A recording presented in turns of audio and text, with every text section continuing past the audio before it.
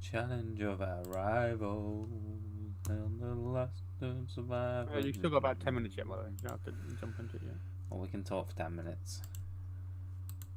It's too late now, George. It is too late. We have begun. I have to do the tags anyway. Yeah, don't forget to cap your desktop audio as well. The challenge of our rivals and the last to survive. You still got about 10 minutes yet, by the way. Yeah, we can. Sounds all good. Hey, Mr. Place Up. Okay, then. We got about 10 minutes, guys, so we're just going to finish setting up and then we're going to begin. Keep getting them on camera. Today we're doing Rocky 4, one of my favourite movies of all time, and I'm just going to warn George now. If you try and ruin Rocky 4 for me, George, this might be the end of our friendship. Don't even bother. I know you got something planned. That's what George has been writing down. He's been writing down quips.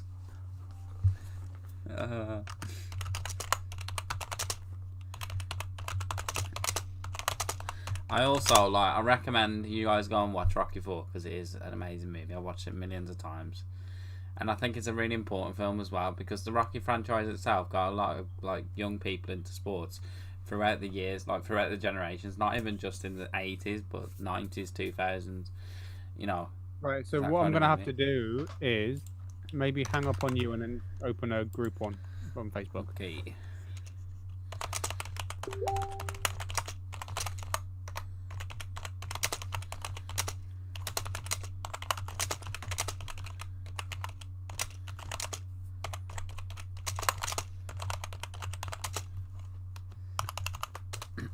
Just doing a bit of just doing the titling, doing the tags, all that good stuff. I'm not going to make the description too long. The thumbnail on. I should have done this all beforehand, but I normally set the stream up through my Streamlabs and then I kind of have to do it all again through YouTube. So yeah, that's why.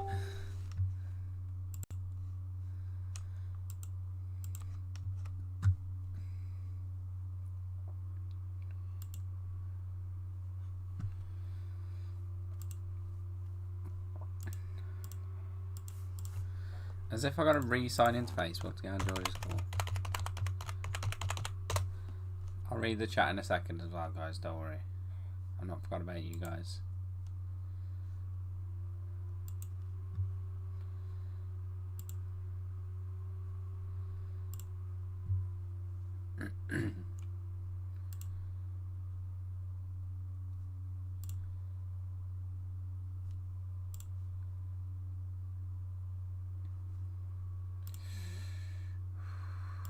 Yeah, George, I don't know whether you watch him, but I can't seem to join your room, mate. Let's see what the chat's saying to you guys. Is no one liking the stream? We still got 0 likes. I thought you were doing Minecraft. We done Minecraft earlier, Place Up.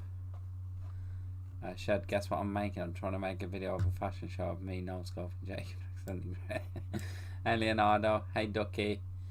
Got a haircut? I did, yeah. Never seen face. How is everyone?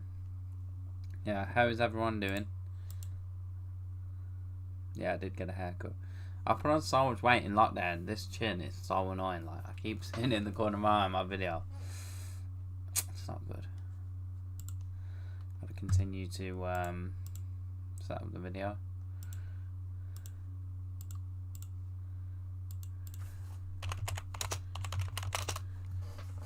George has decided to do it through Facebook today, and it doesn't quite work as well as Discord, so we're struggling a little bit.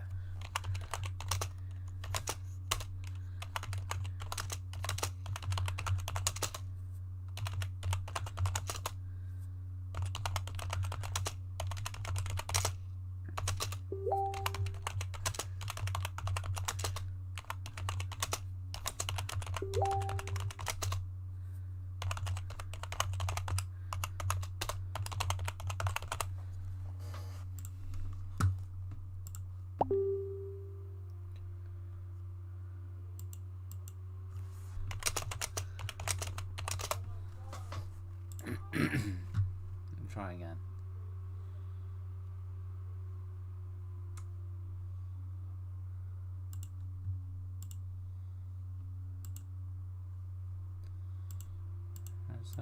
to the challenge of our rivals. And the last known survivor stalks his prey in the night.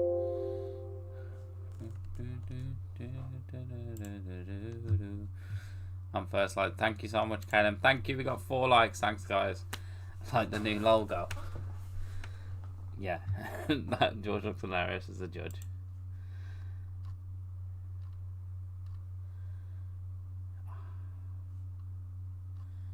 I don't believe this. I've started the stream. George making me download apps. What's he playing at?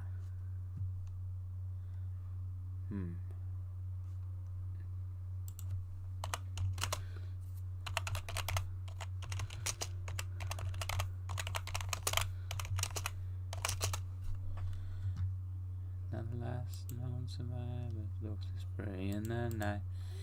And in the of the tiger.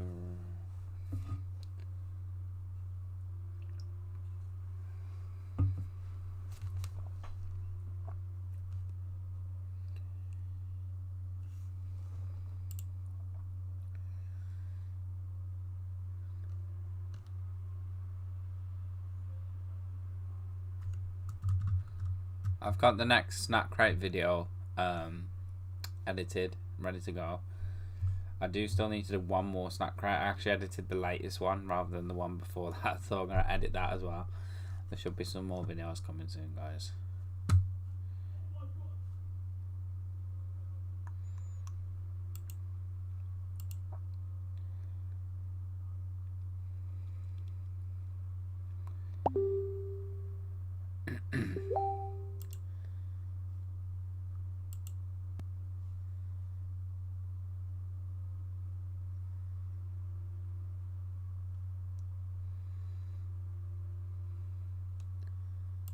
Welcome to the behind the scenes of the podcast, eh?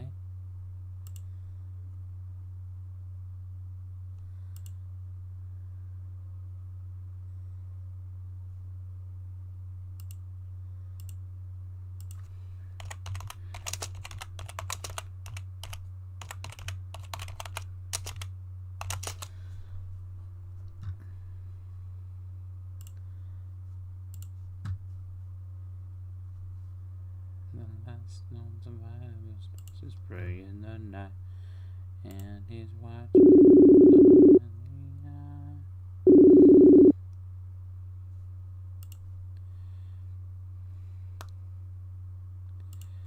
of the tiger. Do you only like the movie because you have a mate called Rocky? No, I've always liked the Rocky franchise. One of my favourite franchises of all time.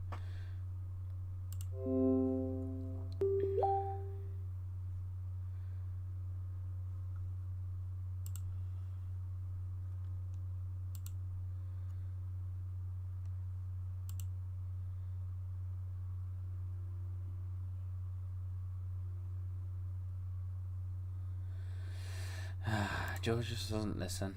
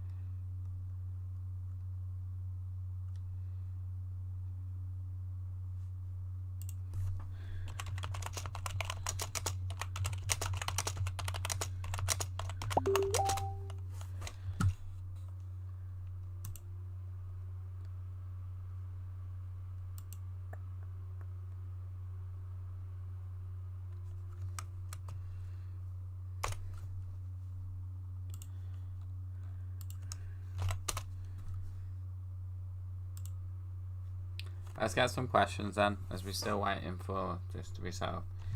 I was getting that it was last out 447 days ago. Hey, save the world. Let's try and get 5 likes, guys, if we can.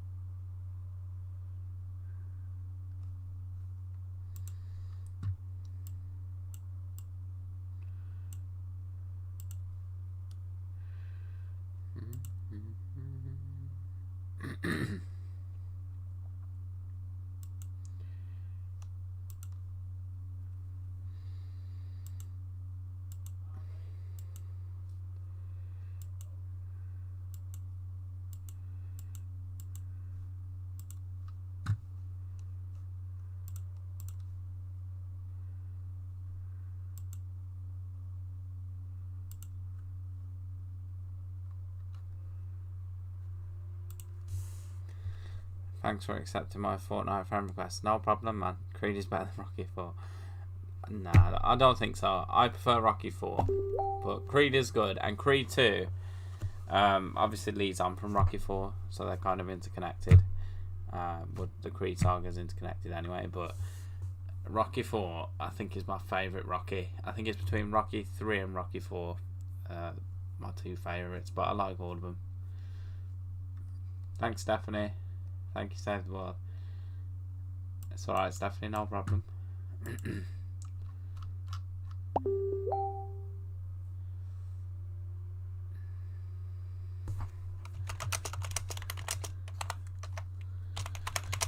George asked me to do this on Facebook. Now it's messing up the stream because I've been live for nearly 15 minutes trying to get on this and it doesn't work. I watch the Rocky movies. So how do you know it's better then, Jacob? You don't know.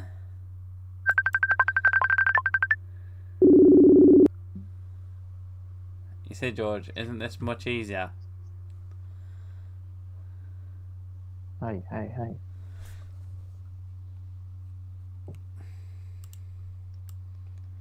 Hello. Alright. You there, George? George. Good start. I've been live for 15 minutes, George, because you asked me to do this on Facebook. And then we couldn't get it to work. Oh yeah, new logo. What are you doing? We're just waiting for George to get on. Ding ding ding ding. It's my Facebook. It's gonna probably ding a bit. To be fair. Let me try and close up some of the apps. He's just talking to YouTube. Such a boomer. I don't think he knows that we can't hear him.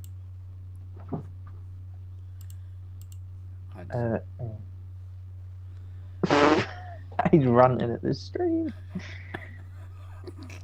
Come on, it can't be that hard. Come on. You know, it puts me in a group and my computer doesn't even allow it, so I've been trying to get on for 15 minutes. I've been live for ages.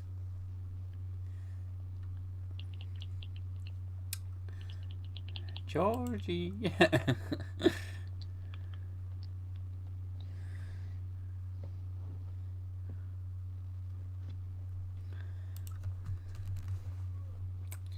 Sorry for the delay, guys. Let's just let him know that we can't hear him.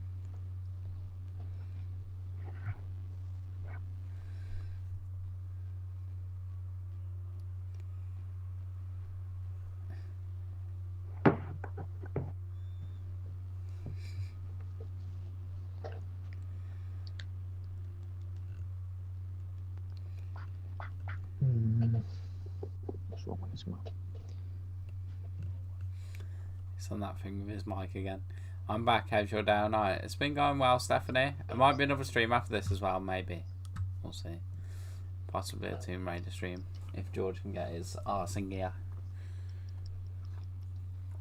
It's a good job these aren't going up on Spotify. Can you imagine someone putting this podcast on to listen to on the way to work, and for 15 minutes you're trying to get the call on? This is very unprofessional, George. You're gonna lose millions on this, man. This is why George is unemployed, because his professionalism is not there. I can see hear him on the stream. I can't see him. I can hear him on the stream. Sort your mic out, George. Georgie, what a blue one.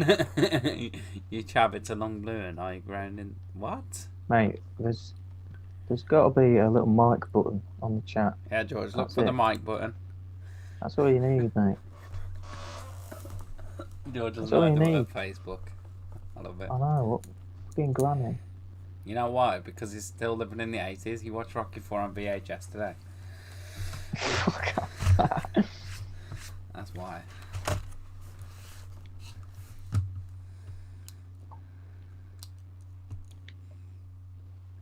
I can see his face, but no words. My 9th grade history teacher neglected to tell me that Rocky Balboa single-handedly ended the Cold War. I mean, he kind of does in this movie, yeah. It's true. Next time you're doing a project on Cold War, be like, and they're like, you know, why did the Cold War end? Just be like, Rocky Balboa, mate. Fought Ivan Drago, and you know, he done a speech on equality, and that was the end. Drago would have won if he fought the collective, not for himself. Well, the thing is, like, the people around him, you know, you see in Creed 2, there wasn't really there for Drago anyway. They didn't really care about him. They just wanted him to beat Rocky. Treat him like a machine. Treat him like crap, yeah. Don't And like care after he loses, they literally like disconnect from him completely, and he loses everything. And we don't get to see that until Creed, which I thought was really interesting. I really like Creed. Is that the first? I've not seen the second one, but yeah, it links into this film really well. Yeah, I need to watch that. So like, yeah, it wasn't.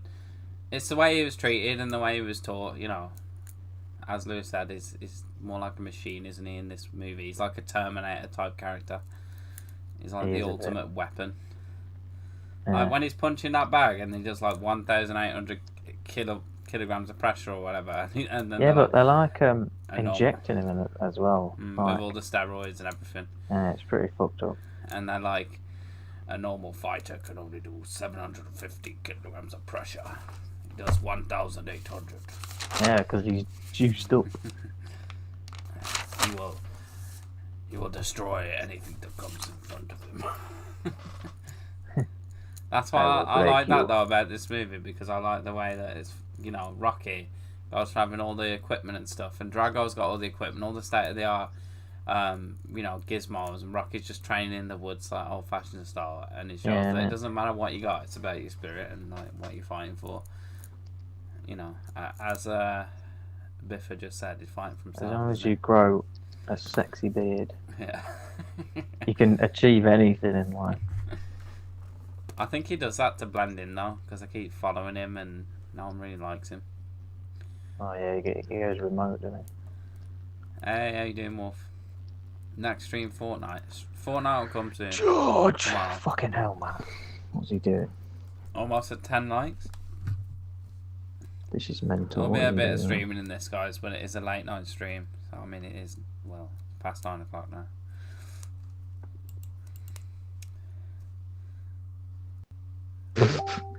George, send me a screenshot of your thing. What's he playing at? He's basically in the same position as me where I couldn't get on the call earlier. The joke is, hiya Georgie, what a blue, and I found it in your parents' bathroom drawer. Caleb's not making it weird. Caleb's now, it's been screenshotting all the faces. He's now screenshotted your face as Polly as his profile picture. Oh yeah, I told him to. No, but Caleb in the chat screenshotted it. That's his new profile. Your zoomed in face. Oh, it's beautiful. I'm so excited. With my robot. I mean, finally Shedcast again, but we've been trying to get it live for 20 minutes now. We should have just done it through Discord, I think.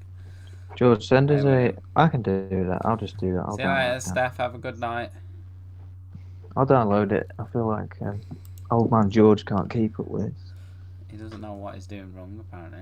I think I've got an account. It's never actually not been on it.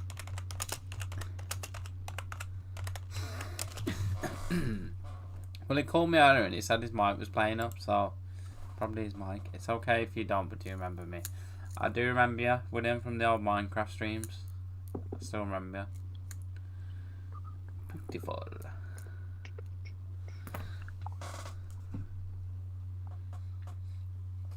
George is the worst at Photoshop, man. I mean, he just doesn't spend any time on the Photoshops. Look what he's done to my faces, Rocky. It just looks like he's put like a potato-shaped head on Rocky's shoulders. Like, at least blend it in. At least use a blending tool, mate. Don't just crop around it. Look how perfectly is this done. Fits perfectly to the He's shirt, an artist. He's just cropped around it like on paint or whatever. Even Lewis's is done really well. He's blended that one, and mine is just copied and pasted my face and like cut round it. No blending, no nothing. I think I've actually got a login. This is good. You know, but the one as George as the referee is so good. It actually looks like. I can imagine George being that kind of guy. Alright, mate, calm it down. Split it up. Come on. No kidney punches. No kidney punches, mate. Right, very far away. That's probably okay then. Like, slap it on the like, oh yeah. Yeah, slap on a like, guys. If this ever does end up on Spotify, I apologise for the 20-minute delay. It's just, you know, we're professional streamers. But George doesn't know how to work the internet, so... Right, here we go. I'm in Discord. What's that name? And you did a face reveal. Yeah, we've had face reveal for ages on the channel. I'm mainly doing during the Shedcast though, or the Let's Plays. You know. I'll just copy this. Right, here we go. I'm going to send this to George and he can hopefully start a... He's going mad. He's not learned how to work Facebook.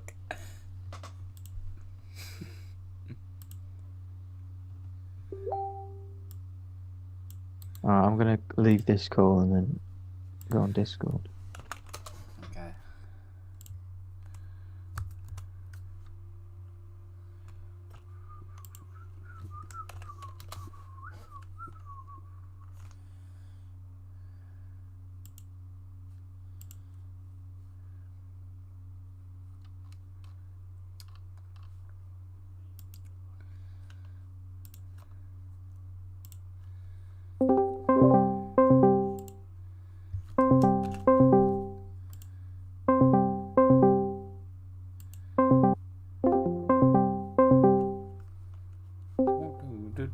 Hello?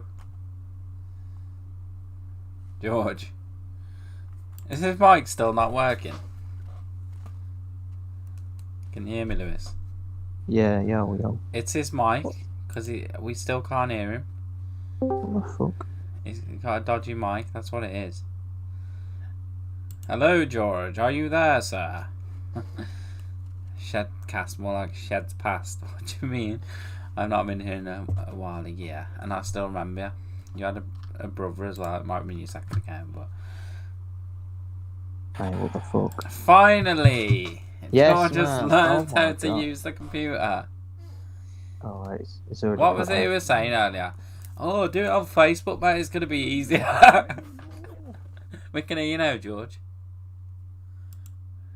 George. You know what? Fuck it. Broken man. We can hear you. George.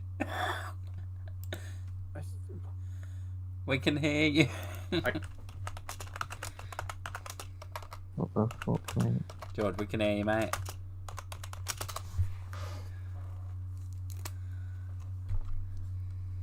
What a disaster. Like, I think it must be outgoing audio. I should change. I'll change the name of the stream to George trying to work Facebook and Discord. Hello? Hello? Is it fixed? Hello? You see, George, you was like earlier, idea. Facebook will be easy, Sounds mate. Let's fine. do it on Facebook. You've been saying it for weeks, and look what happened. The thing is, right, it would have worked if Facebook had a decent way of like troubleshooting issues. I could not figure out what was wrong. I think it was your mic, to be honest. I don't like, but there's no problem with it on Discord. Has George taken drugs? I don't know. He's not with I it wish that would make my life easier. Honestly. Should we start on Rocky 4, George? Because I've been streaming for 25 minutes, mate. If this was on Spotify, I'll get the sack. Right, George, go. Yes. You mate. start. All right. Rocky 4 Is that could have it? been fixed. Could have been fixed if this one guy wasn't such a George. dickhead. Do not ruin Rocky 4 for me. I've told you about this, mate. It's gonna end our friendship. Don't do it. Listen, man. If Apollo wasn't such I do a not want goddamn... no more Dr. Coctopuses, George, on this stream. Like, listen. Apollo fully deserves to get beaten. Like, without a doubt, right? Yeah. Everyone agrees.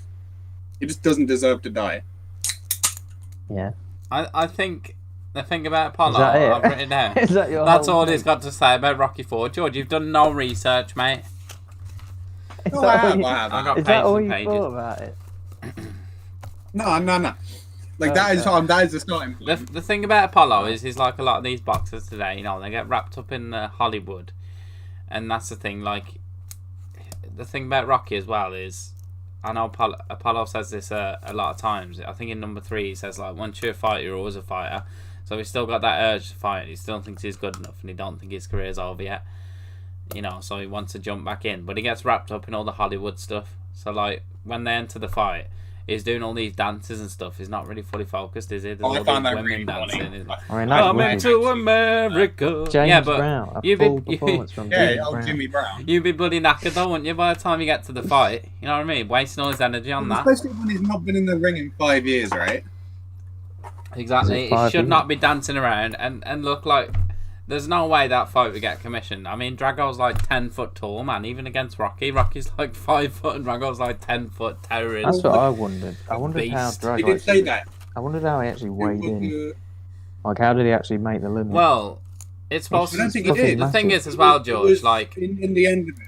The thing is as well, is it's supposed to be an exhibition, isn't it? You know, and because Yeah. Drago and Apollo both have different views, and it's like that Cold War, East versus West, they both hate each other. So, Drago, Yeah, obviously... but I don't think you know, Drago he's supposed to didn't end it. hate him. What?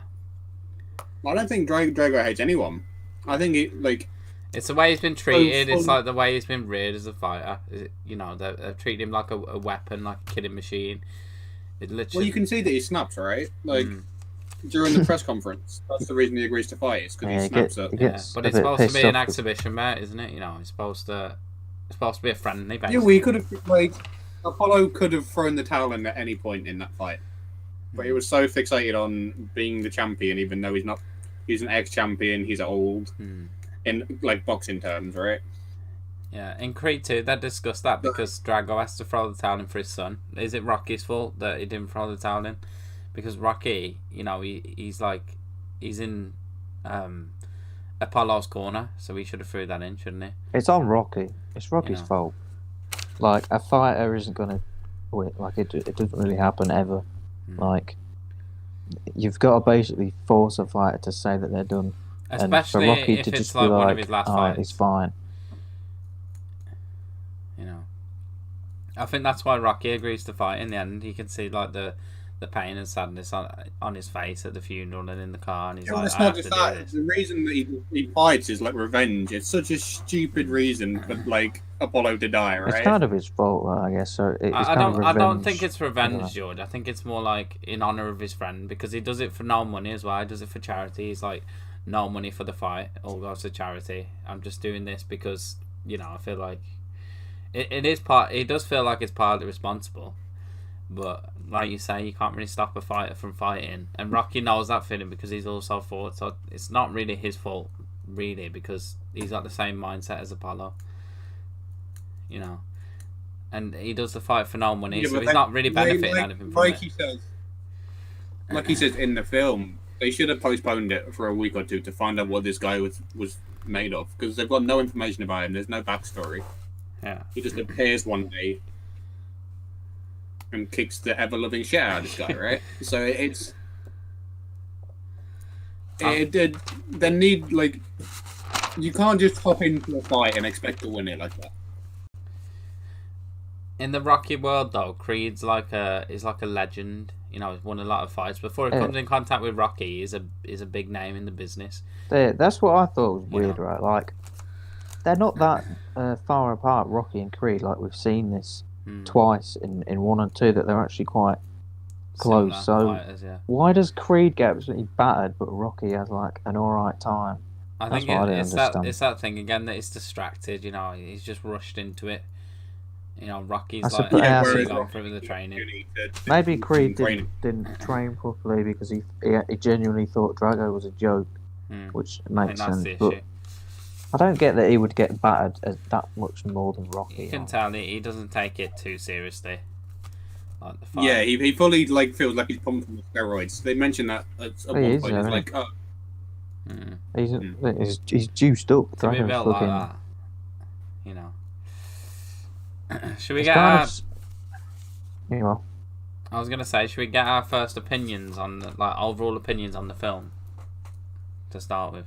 Yeah. I want George to go first. What the fuck was that robot about? Yes, man. George, I know that's your favourite part of the film, and you know they've cut that from Rocky. They've cut it from the director. It doesn't make sense. Of course it does. Bloody thing came out of nowhere. It's full on 80s, isn't it? You know what I mean? That would have caught me out of left field. If you were just sitting around 1980 something watching that. Yeah. They thought everyone was going to have a house robot by now. I like it because it shows you Rocky's sense of humour, you know what I mean? Because he's got Rocky, that companion, because, you know, he's got nobody. He's living with Rocky and his wife. And they're all loved up, and he's like, "Oh, I got you a kid." And then later on in the film, Polly's like, "Oh, she loves me." Yeah, because he says before the fight, he says to Rocky, like, "Thanks for like looking out for me when I've been a dickhead." Oh, that's one of my favourite scenes because he's like, "If I could be anybody, I'd want to be you." And then he sees Drago, and he's like, "You know what I said? I'll take it back."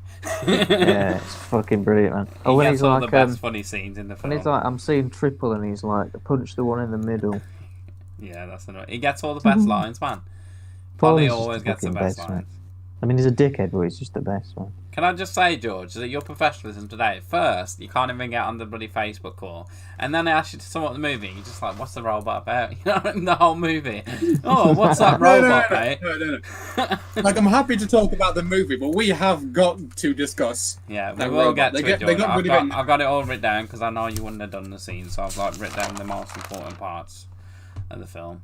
Oh, I mean, you say it like it's the most important, but it breaks down to 2 fights, a montage in the middle, and a bit of talking. Like, I'll tell you what, that's what I could do without the middle montage when he's driving because it's just old shit in it. I like that. That's one of my favourite scenes in the film. That gets it seems a bit like a recap, and it's like maybe it's my fault because I've literally the way that I watched it. Like I tried to dig into it like in a bit more depth, and it comes straight after the Creed funeral.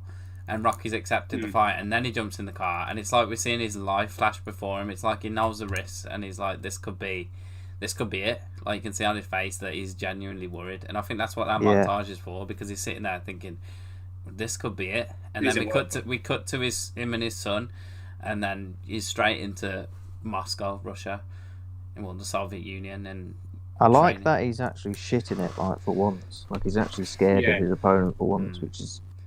It's rare, like... I think Rocky, Drago is the ultimate villain. I think Rocky's not even really switched his brain off. He switched his brain off for the other fights, but now he's like, oh shit, like... You can actually get really Think of the people he's fought before. He's fought Creed in Rocky 1 and 2. He's fought like a couple of people like amateurly, like amateur boxing, and then he's fought BA, and then well, yeah, I mean he was shit in that a bit as well, but he's just fought...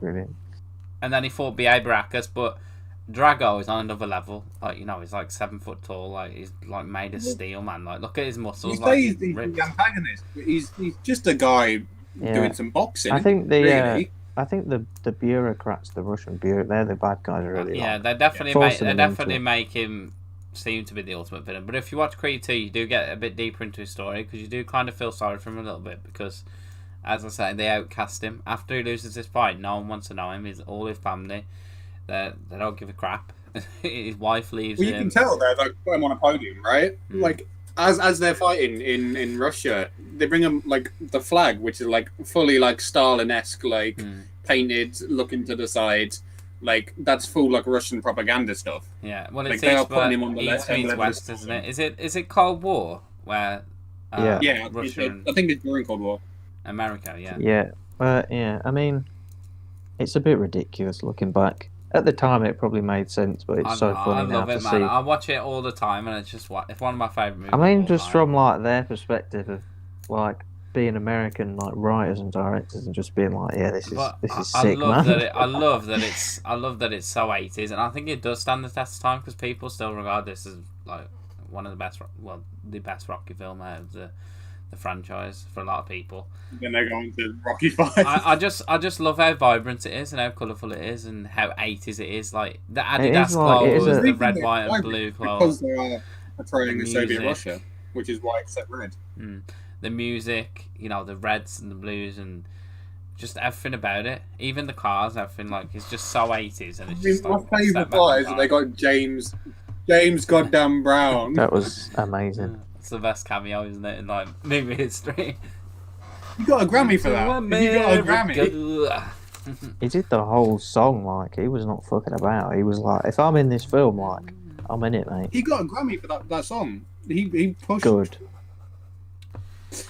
Because of the movie, it did so well. He got a Grammy for it. I'm like, wow. I like what I like about this movie is there's a lot at stake. Rocky's lost everything. He's up to his training. He's up to everything. He's gone to a place nobody likes him, and he does it for no money. He does the fight for his friend. He's genuinely bricking. I heard you talking about the beard earlier. Yeah. I think that was only intended as a way. He's trying to blend in. You know what I mean? He's trying to. No, I think it was a time telling thing. To say he's been there long enough. But it's good though, because it makes him look like more of a badass, doesn't it? When he gets that beard. But also, I think it shows that he's starting to care less about how he looks and the Rocky character. He doesn't really give a shit anymore because he's more focused on the fight as opposed to the boxing life. Because I think being friends with Creed, Rocky TV's Rocky's in the chat. I think Creed rubs off on him a bit, and Rocky becomes a bit of a showman around the time of Rocky 3, and then he's like, no, actually, fuck it. Well, that's what I was thinking. He's not going to keep himself. When Creed's there, and he's dancing and singing to James Brown, and Rocky's looking at him he's thinking, this is me. In the previous Rocky film, he's thinking, this is me. And Mick sat me down. He's like, you got to stop this, man. You got to stop with all the girls and the fancy gyms and all the music and the sign autographs and the fancy women and whatever. You just got to get your head in the ring because you're gonna get the shit kicked out. You know what I mean? So Rocky's thinking that going through his head, and he knows that he's got to cut all that out. So that's why he goes to this little cabin and he trains old school, literally, he's trained 1900 style or something. I think they put him there though, didn't they? I think that's the level of stuff that Soviet Russia gave him. I think they purposely put him there. I don't know. I would think that he would have asked for that kind of training style, but you would have thought they would have gave him. No, I think he did. He fully did because they said all the stuff you asked for was in the shed. Yeah, they did. They made a point of it because he chose to strip everything back and just that montage is one of the best of all time. It goes complete badass when he's training in the woods, man, cutting. That is a fantastic. Running with Polly and everything, and you see Drago there as well training. You don't really like him at this point because he's just killed Creed, but you have to watch his montage too. You see him being pumped full of all this crap, and you know, I was in that movie, and you just see him with all this equipment. And I was saying to Lewis earlier, it shows that. It doesn't matter what you got. It's where your head's at and how much you want it and what you're fighting for. Because even though Drago's got all that, he's just fighting for himself, isn't he? I feel bad that Drago's villainized in this film, right? He's just a sportsman. Why are you feeling bad for the villain, George, who killed somebody in the film? This is what are you talking about? Yeah, well, he says if he dies, he dies. It's one of the most iconic movie lines of all time. He wants him to die. I've got to chime in with there though. I think I actually agree with George there. I feel like if you're going to go in the boxing ring, people have died before. Yeah, people have died. So loads of people have died in the ring. It's I guess it is part of you've got to at least accept that. The towel, but they do explain that in Creed 2. But I still see And him also, as yeah, ultimate villain, really. He chooses to stay in the fight even though he knows he could potentially die. Suppose at the end as well, Rocky sort of, he talks about equality and has that speech, doesn't he? And he's like, if I can be friends with you and we can all be friends, whatever. And he kind of realises what they've done to Drago and stuff, doesn't he? And it's like, let's all... He just talks about equality. Don't get me wrong, it's a brilliant film, but I fully fell in love with it. But why did Apollo feel the need to get into the fight in the first place? Is this your first time watching Rocky 4 in your life, George? Where have you been? No, I've seen it a long time ago.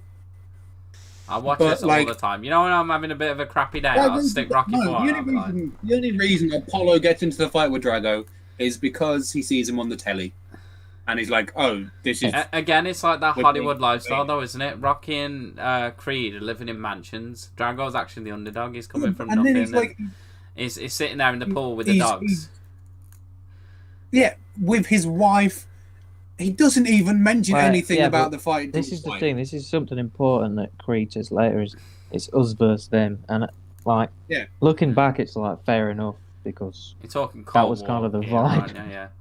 It's kind of, it's very cold one. It's a bit ridiculous looking back. My one pet peeve, one thing I wish they did was, I wish they showed, Creed with his kids.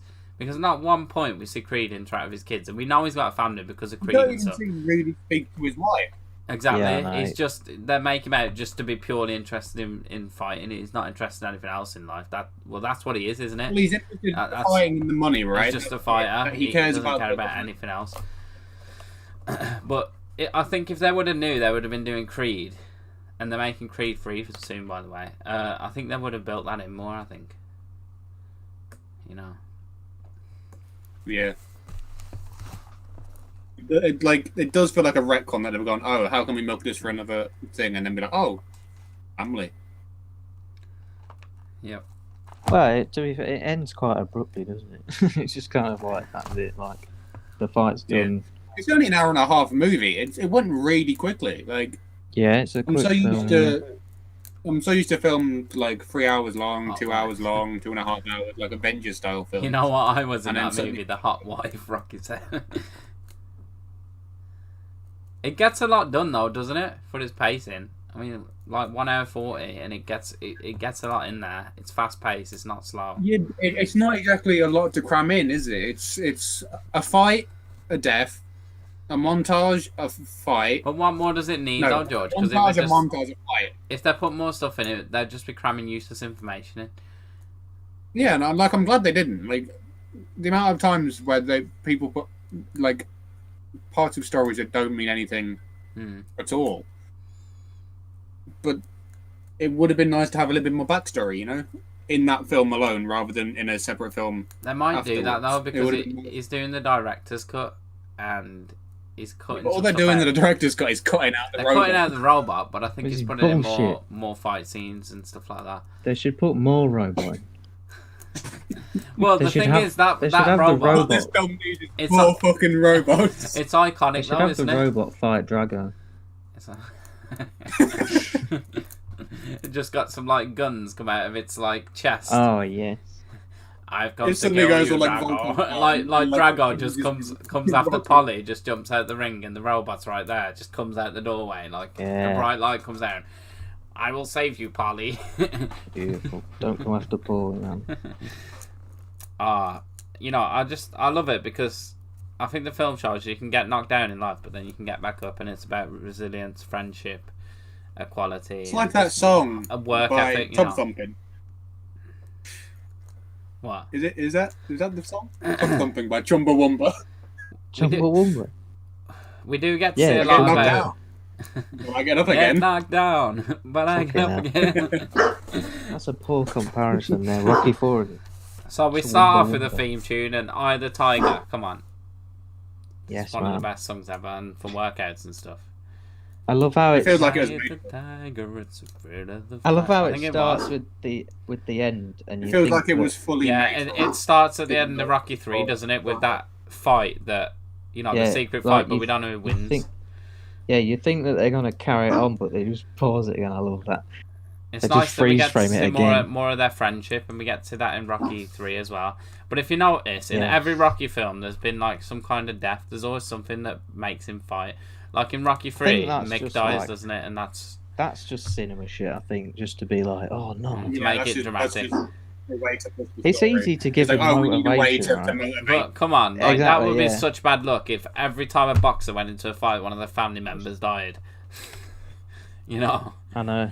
It's a bit ridiculous. I think it just gives him more motivation. It just Yeah. you can't really fault Yeah, him for it. Like, it's a plot makes sense. motivator. It's all it is. I think it's one of the greatest sports movies of all time, to be honest.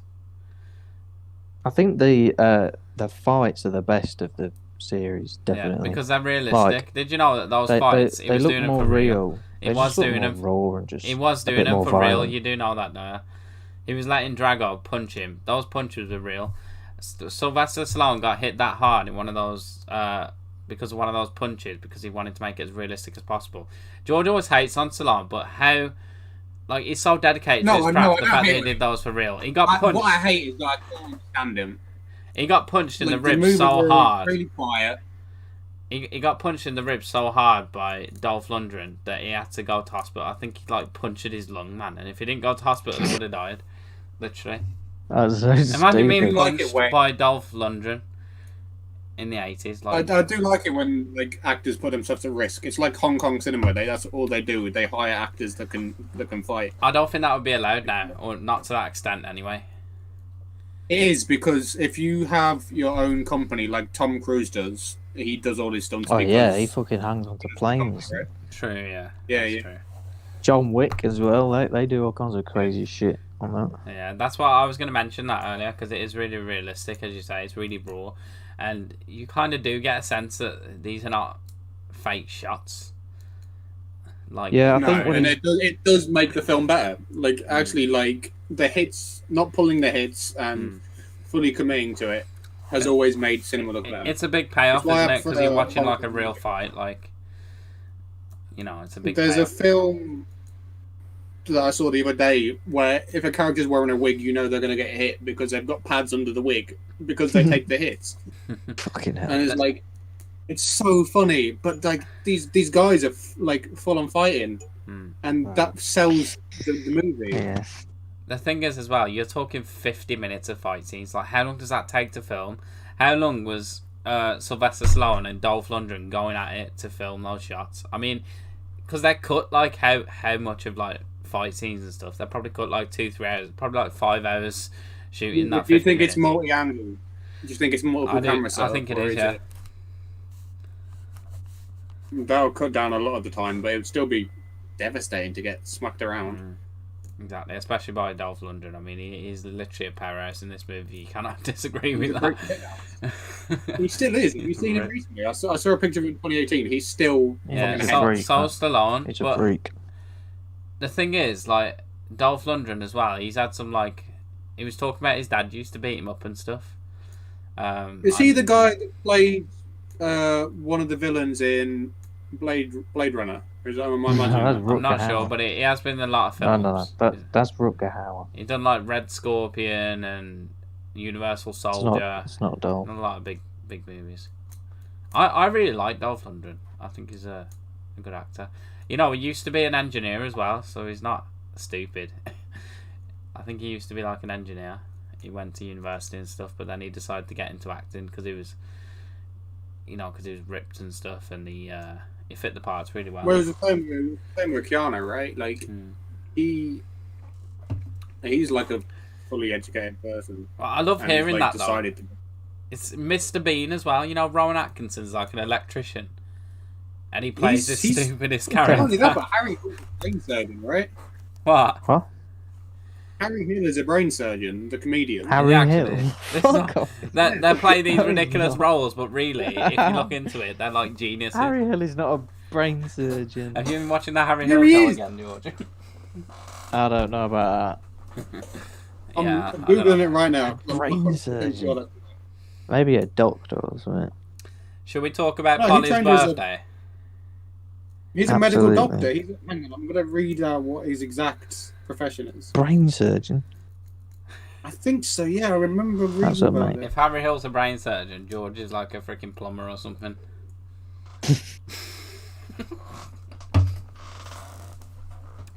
I said earlier, George, so you actually fit that part of the referee so well. I just imagine you standing there being like, all right, mate, split up, come on. No kidney punches. Break it up. Keep it clean. Break it up, mate. Keep it clean, you little rats. 100%. I love how Polly's birthday's like, you know, he's got all these balloons and all this stuff on the table. It's like a massive birthday party. And there's only like 5 of them there. And he's just sitting in the chair. And it's like so lonely. And then the robot comes in. Brilliant, man. I love it. He's actually like, he's terrified. It's like a little tea party.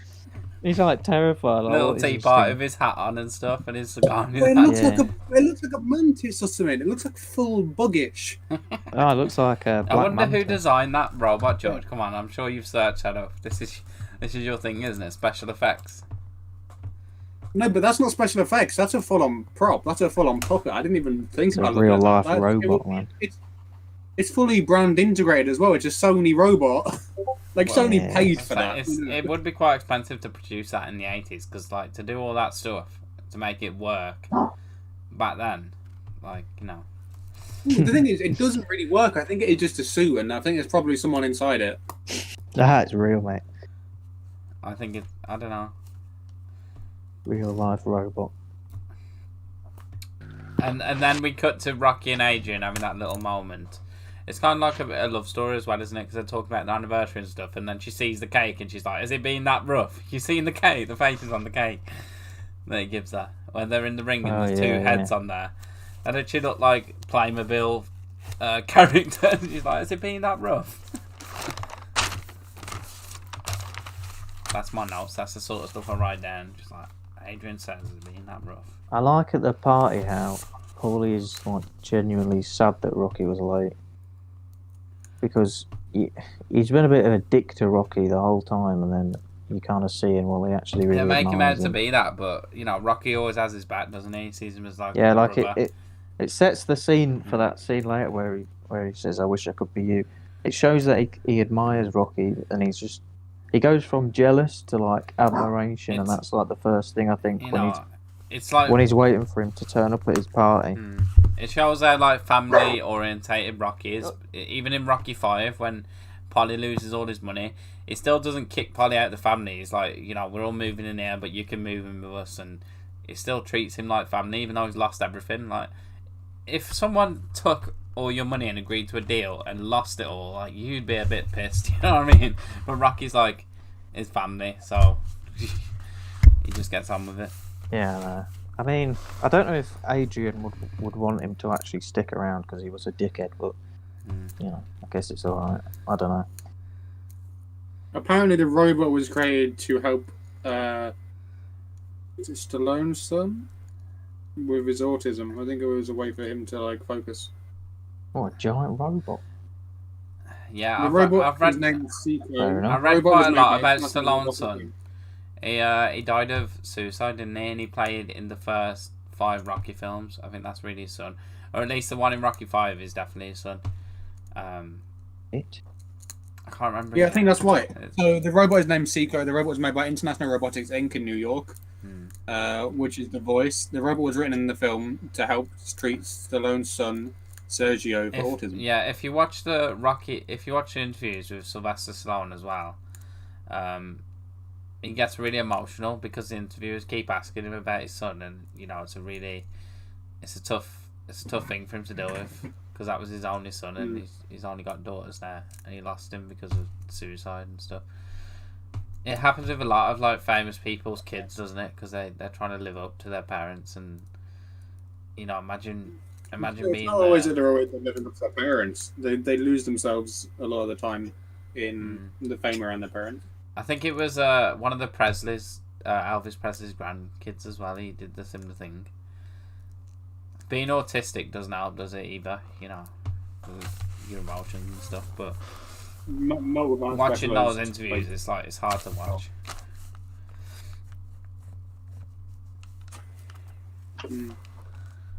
That's interesting then. So the robot was for his son. But it's interesting that he would have like cut it out of the film then. That actually makes sense then. That's why he cut it out then, because he just didn't want to see it. Yeah, it's that and saving money. So not because it was ridiculous. Well, not to save money, George, because it's a director's cut, so he'd probably get like a small money from the studio. I did just read it. It's money, mate. It's money saving because I think they want to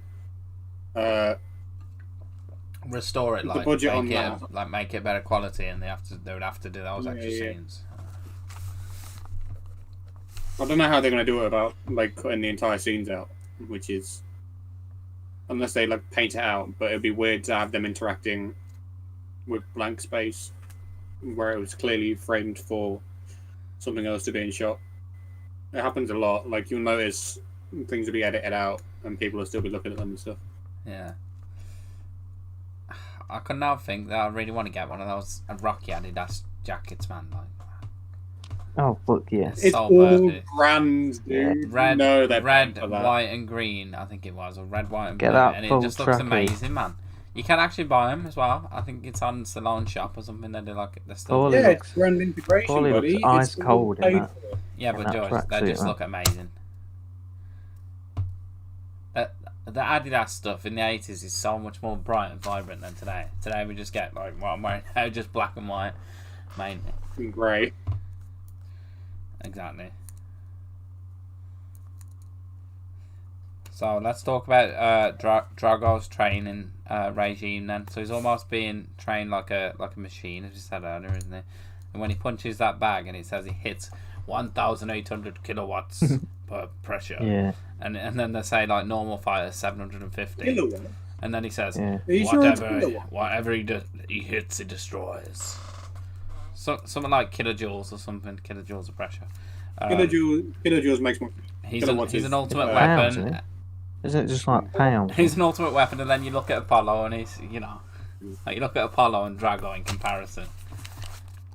Even Rocky, like Rocky's really like, Rocky's ripped, isn't he? Really, like Rocky's still built like a shit house, but you can tell that Apollo's been out the ring for a long time, and it's that inactivity, isn't it? Which I was trying to get across. Yeah, it's that inactivity, and it's the fact that he's not been in the ring, and even when he fights Rocky at the start of it, like the practice bout, all he gets in is like a hit in the eye. I think he does win that though. I think they discuss that in the new Creed, but they don't discuss it in any of the Rocky films. Who wins that third fight? I think Rocky lets him win Maybe because he probably feels a bit bad about the last fight. I like that they become friends though. I know it's iconic in it the way those two made him, go from the way. I mean, it happens in real life. The thing is, it happens a lot in cinema. Like you make friends with the people you're fighting. It happens in real life. In like MMA and that, there's fighters that and Creed beat the Creed fuck out is of people, such an and then important figure in Rocky's life, because in Rocky 3, he picks him up when he's down, and Rocky thinks he's all out, and Creed's like, come and train with me. I think it's because he's seen firsthand how good he is. He knows he didn't take him seriously the first time. Then when he fought him, he was like, well, he's actually very talented, and like that's why he wants him to keep fighting, because he's like, don't waste it. It would be a waste of Rocky's talent, wouldn't it, if he just gave up? Definitely, yeah. And it also hurts his legacy as well, because if Rocky gives up there, it's like he beat Creed and he was just like a one-shot wonder. But if Rocky goes he on didn't to win really loads do of a fights- lot. If you think about it, like he doesn't really achieve a lot after that point if he just retires. Like, okay, he was a one-time champ, but he would have never defended it or anything. Yeah. And I think Mick puts him in a lot of easy fights, doesn't he? So it kind of affects his reputation. Yeah, he tells them, doesn't he? He's like, there were setups. Yeah.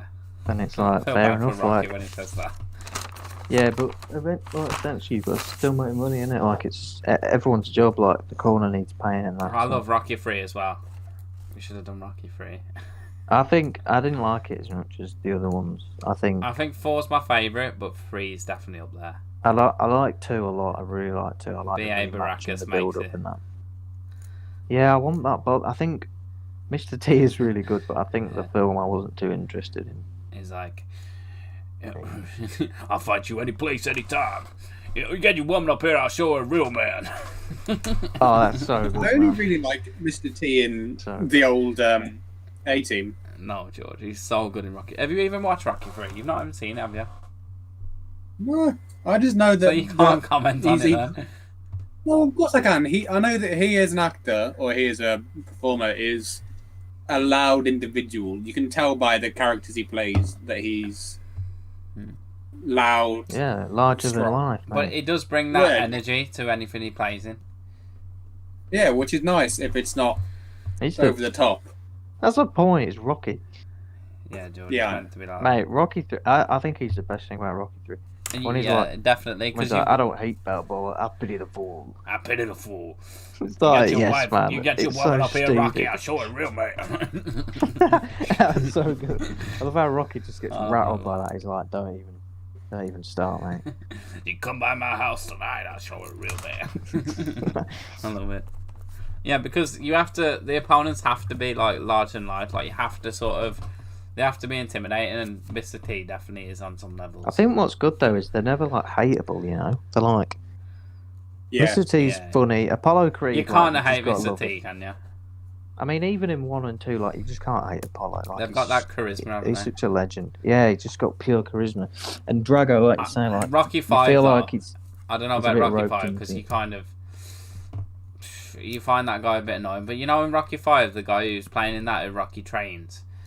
He was actually a real fighter, and he contracted AIDS, but he continued fighting for a lot of years. Yeah, Tommy Morrison, innit? Yeah, so he was a real life fighter. That film. But they do make him to be a big scumbag in that film, because you got the Duke who's like pushing him to fight and stealing him off Rocky's side, and then at the end he's like, "You hit me and I'll sue," and then Rocky's like, "Sue me for what?" Brilliant. I love that. But yeah, he's a bit of a scumbag in that film. But again, he's like, it's the boxing world, isn't it? There's all these dodgy deals and. You know, they try and steal fighters. I love how it's nowhere near as bad. Money. I love how for Creed 1 they got Tony Bellew, like of all the fighters they could have. Well, you know, I watched an interview with Tony Bellew on TikTok. I come across it, and he was talking about the boxing world. And he said one of these big fights, one of his early fights, that like got him noticed just before. I think it was Frank something. He come into the ring and said to him, "You got to give me 10 grand now. You got to give me the front money. You got to give me 10 grand or there's no fight." Before he fought, like how scum is that? That shows what the boxing world like. He's promoted and that. So imagine that pressure before a fight, and he's asking for the foot money. He's like, "You got to give me 10 grand now. There's no fight. There's 10 minutes to go before the fight." It's pretty bad. It's like that in all sports, though. Promoters are like leeches. And you'll be able to find someone eventually that treats fighters with respect. You just got to look at it. I think today, like the big names like Dana White and stuff like that, you think they would treat their fighters better. But I don't know. Dana maybe White's, the big. I mean, I'm coming into this as like a bit of an MMA obsessive, but he's a scumbag. I mean, he doesn't really pay his fighters enough. He doesn't really help them out. What's amazing is like people call him out. Conor McGregor off the cards now. Like off the UFC, even though it's his biggest name. I don't know. It's because he lost, and it's like his golden boy. So Dana's probably just shitting his pants. Oh my god, Caleb! Why are you screenshotting my hair as your profile picture now? It's just not on, mate. You got to stop screenshotting everything because I'm not gonna give you mod because you keep screenshotting everything. He's gonna sue you. I had Catman Joe in earlier, who's a big friend of the channel, got like 40k subs. I've done collabs with him, and he's a nice guy. And Caleb just saying for 20 minutes straight, "Oh, it's Joe Exotic. I'm Joe Exotic. Oh, where'd you bury your wife?" He's saying that in the chat, man. The Catman Joe. So I had to literally time it out. He's like innocent anyway. Joe Exotic. Oh, he's a bad man, I think. I don't know. Let's not get into that. Hey, Joe Exotic shot his tigers, man. He shot his tigers. That's messed up. I think he is innocent with setting someone up though. I think that, but I don't know. That's how they make it seem. Mate, what a shocker. We need 2021's Tiger King. We need something like that. It's about time. So maybe it can be Ravy Graves, the Twitch King. The fall of Ravy Graves 12. Ravy Graves 12 exposed. I feel like I'm being bullied, but I'm not quite sure. They just come round his house and like film him, and they're like, and George, he makes videos in his loft, painting llamas. And he's a scumbag. And he's a scumbag. He's a scumbag. You've been scammed. Let's talk about Apollo's fight then. So we get that iconic line: "If he dies, he dies." Everyone knows that line. You speak about Rocky IV, and everyone knows it. You don't know the story of the film. You know, like, and that's the best kind of promotion when you got those lines. I don't think a lot of blame should be put on Drago. I feel like they should have thrown the towel in. It's clearly you're a setup. You're just a Drago enthusiast. Were you born in Soviet Russia? I'm a bit of a communist. No, I mean, it's no surprise to George that I'll sympathise with the Soviet Union. But that's another discussion. No, I just think he's like... It seems like he's bred for it, you know, like you breed a horse. Like they've built him like that since he was a little kid. Yeah, like he doesn't know what the fuck's going on. He doesn't get to think for himself. He doesn't even stuff like that. He doesn't get to talk though, does he? He's almost robotic, isn't he? In his emotion, like he doesn't speak. You just see these eyes, like he just looks at you, like is a if he puppet. Dies, he dies. Russia did stuff like that though, right? With the Red Sparrows, that was a well, film. they mention that in the film, like about the doping, which is still going on, innit? They got banned from that from the Olympics. So they got. It was quite true to life, to be fair. It was a reflection of like what was going on, but obviously just cranked up to like extreme. Because it was the same with the American stuff. Like there was not a single bit of racism in the American side, like at all until the Russians stepped in. It's such an idealized America. It's definitely like it rides the line between like propaganda, like pro-US propaganda, and I don't like how it sits on the fence at the end when Rocky's like, "Oh, you can change, we can change." And it's like, well, you're not really making any specific references. Like, there's no point there, is there? Like, are you gonna come out and be like, for movie making, like, because it's a film? I think that's good because, like, in today it wouldn't make sense. Like, still holds up today because it is ambiguous and it's just like you can change, I can change, and it's purely weaved into the story. Well, no, it's ambiguous. He's a fencer. Yeah, it's not the ambiguity. It's just like, why not just be like, oh yeah, Vietnam was pretty fucked up. If he mentioned Vietnam, sorry about that. I don't know. That would put a bit of a downer on things. I think after he wins that fight, he just starts talking about Vietnam. I think just like they give him the mic, and he's like, "Good morning, Vietnam." Yeah, I think it's like good intentions. I think he genuinely wanted to heal things. It just shows Rocky's character, like in all the films, like how genuine he is, like his morals and what he's all about. Yeah. I suppose you got to separate the characters, or it's not actually Stallone, it's Rocky Balboa, isn't it? So you could argue that whatever Rocky does doesn't really matter because it's not even it's not real. Although I think Stallone writes the film. The entire thing is it's his screenplay, right? The entire script is Stallone, so he could have done anything. But Rocky is the hero that everyone wants to be, I think. Yeah, I just think at that time that's probably what some people wanted. I don't think it's what America needed, but a lot of people wanted it because they felt like... When was the Cold War? It was like late 50s through the 80s. Yeah. I mean, it was essentially like proxy wars where America and... America was like... Do you think this was a risky film then to be doing at that time, to be talking about Soviet Russia? A little bit. Right? Yeah, no, absolutely. A little bit, but like George said, it's fence it, and it doesn't quite go all the way. You could watch it and go, oh, okay. If he starts boasting and saying about Vietnam and stuff, I think it would have caused some controversy. I think that the problem is... It wouldn't have done. It was for an American audience. It would have been totally fine. Yeah, I think the problem is not that it deals with the Cold War, but don't make a film so obviously Cold War and not say anything. It's good versus evil, isn't it? It's like, the bad guys in movies from like 80s to like 90s were always German. Exactly. They were always German. It's the same with Die Hard. Yeah. Not Die Hard. Lethal Weapon. The villain was a Russian. It's the same with the, like professional wrestling. It was like that for a long time as well. Yeah, they had like what was it called? The Iron Sheik was like from Iran or something. Yeah, and they had Sergeant Slaughter, which was like an American patriot guy, and it wasn't even ironic in a bit. Like, I don't even think Dolph Lundgren is from Russia. No, I don't think he's so. like Swedish or something. No, he's just a tall blonde guy. I think he's got He a could play a Swedish German. heritage. He is He could American. fully play a German in any of the film, and they'd be like full on. But on terms of villain level, like some of the villains we have in the 80s, I mean, we got like Darth Vader and those kind of villains. Like Drago, definitely, he stands up there. I reckon. Yeah, as a Not just character, that, yeah. like, he's I think fun. that's With why James you Bond watch it stuff. back.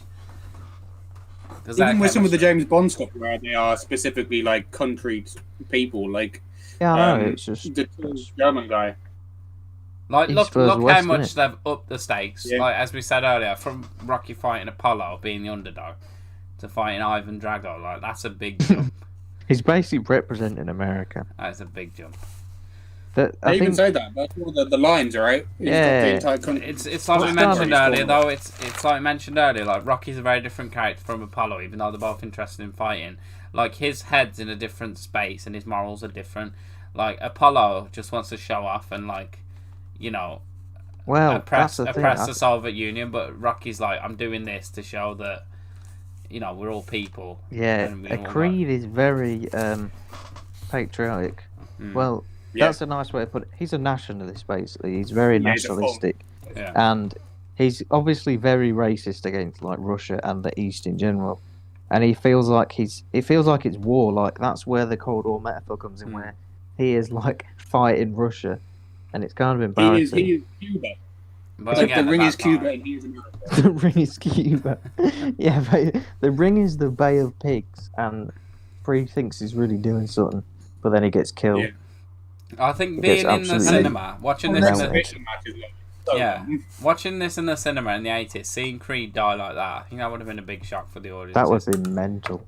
And like, Yeah, again, because like it's that dilemma, the isn't blood it? and milk, like it all looks really realistic. You can see that Creed, like, he's got no fight left in him, and Rocky really shouldn't have listened to him, should he, when he said keep fighting.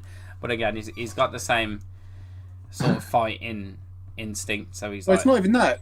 he wants to keep He going. was a man in the 80s, right? So he just went with it. Like he's like, oh yeah, okay, sure. Like even if he'd have stopped it, Creed would have still carried on.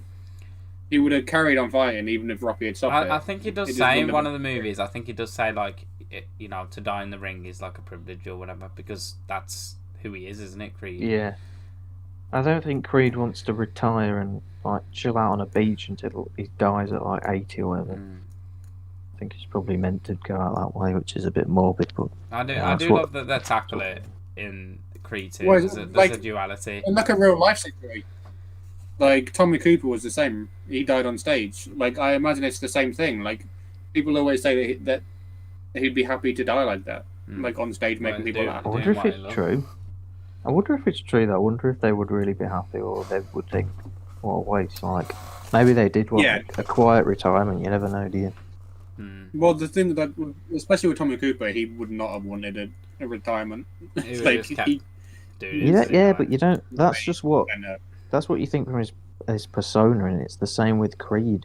You don't know how much of Creed is just a built-up persona, how much of it is just posturing. no, but Cooper was like that. There were documentaries about it and everything about how he was at home. Well, I He was suppose so. just I love Tommy Cooper because his tricks never work, and he's like, "Oh, I do like this, do like that," and then it always fails, doesn't it? It's so funny. He was a brilliant magician. Yeah, but that's the point. He wanted If to you entertain, were so he fully purposely member of the Magic Circle. he purposely messed his tricks up because it was funnier to do it. Like no one else would do that. Yeah. so- Maybe that was his final trick, to die. Well, I don't know It about was that. one. like, Yeah, and it turns out It's like, dead. hey. He's just like hiding under the stage Yeah. or something. check It's this out. ironic, isn't it? Because you know he's on stage all his life, and the curtains close, and then that's it. You It know. was the same with Houdini, though, I think. Houdini got also- punched. Houdini Yeah. told a guy to punch him as hard as he could, and he wasn't ready, apparently. And he hit him in the stomach and he died. Yeah, I mean, it's Yeah. probably made up shit. I've watched that documentary as well. I think that's true as well. He got punched in the appendix, isn't it? But back then, Yeah. they didn't know how to fix it. Like, Yeah, if it was in he used today's to have era, a- he probably would have survived. He should have been in hospital when he got punched. he used to have a Mm. trick, didn't he, where it's like, hey, punch me as hard as you can. He used Like, to how do have we so, got from but Rocky it's 4 to Houdini anyway? fucking This brilliant. is dying on stage. Uh, It's Yeah, back to the agenda.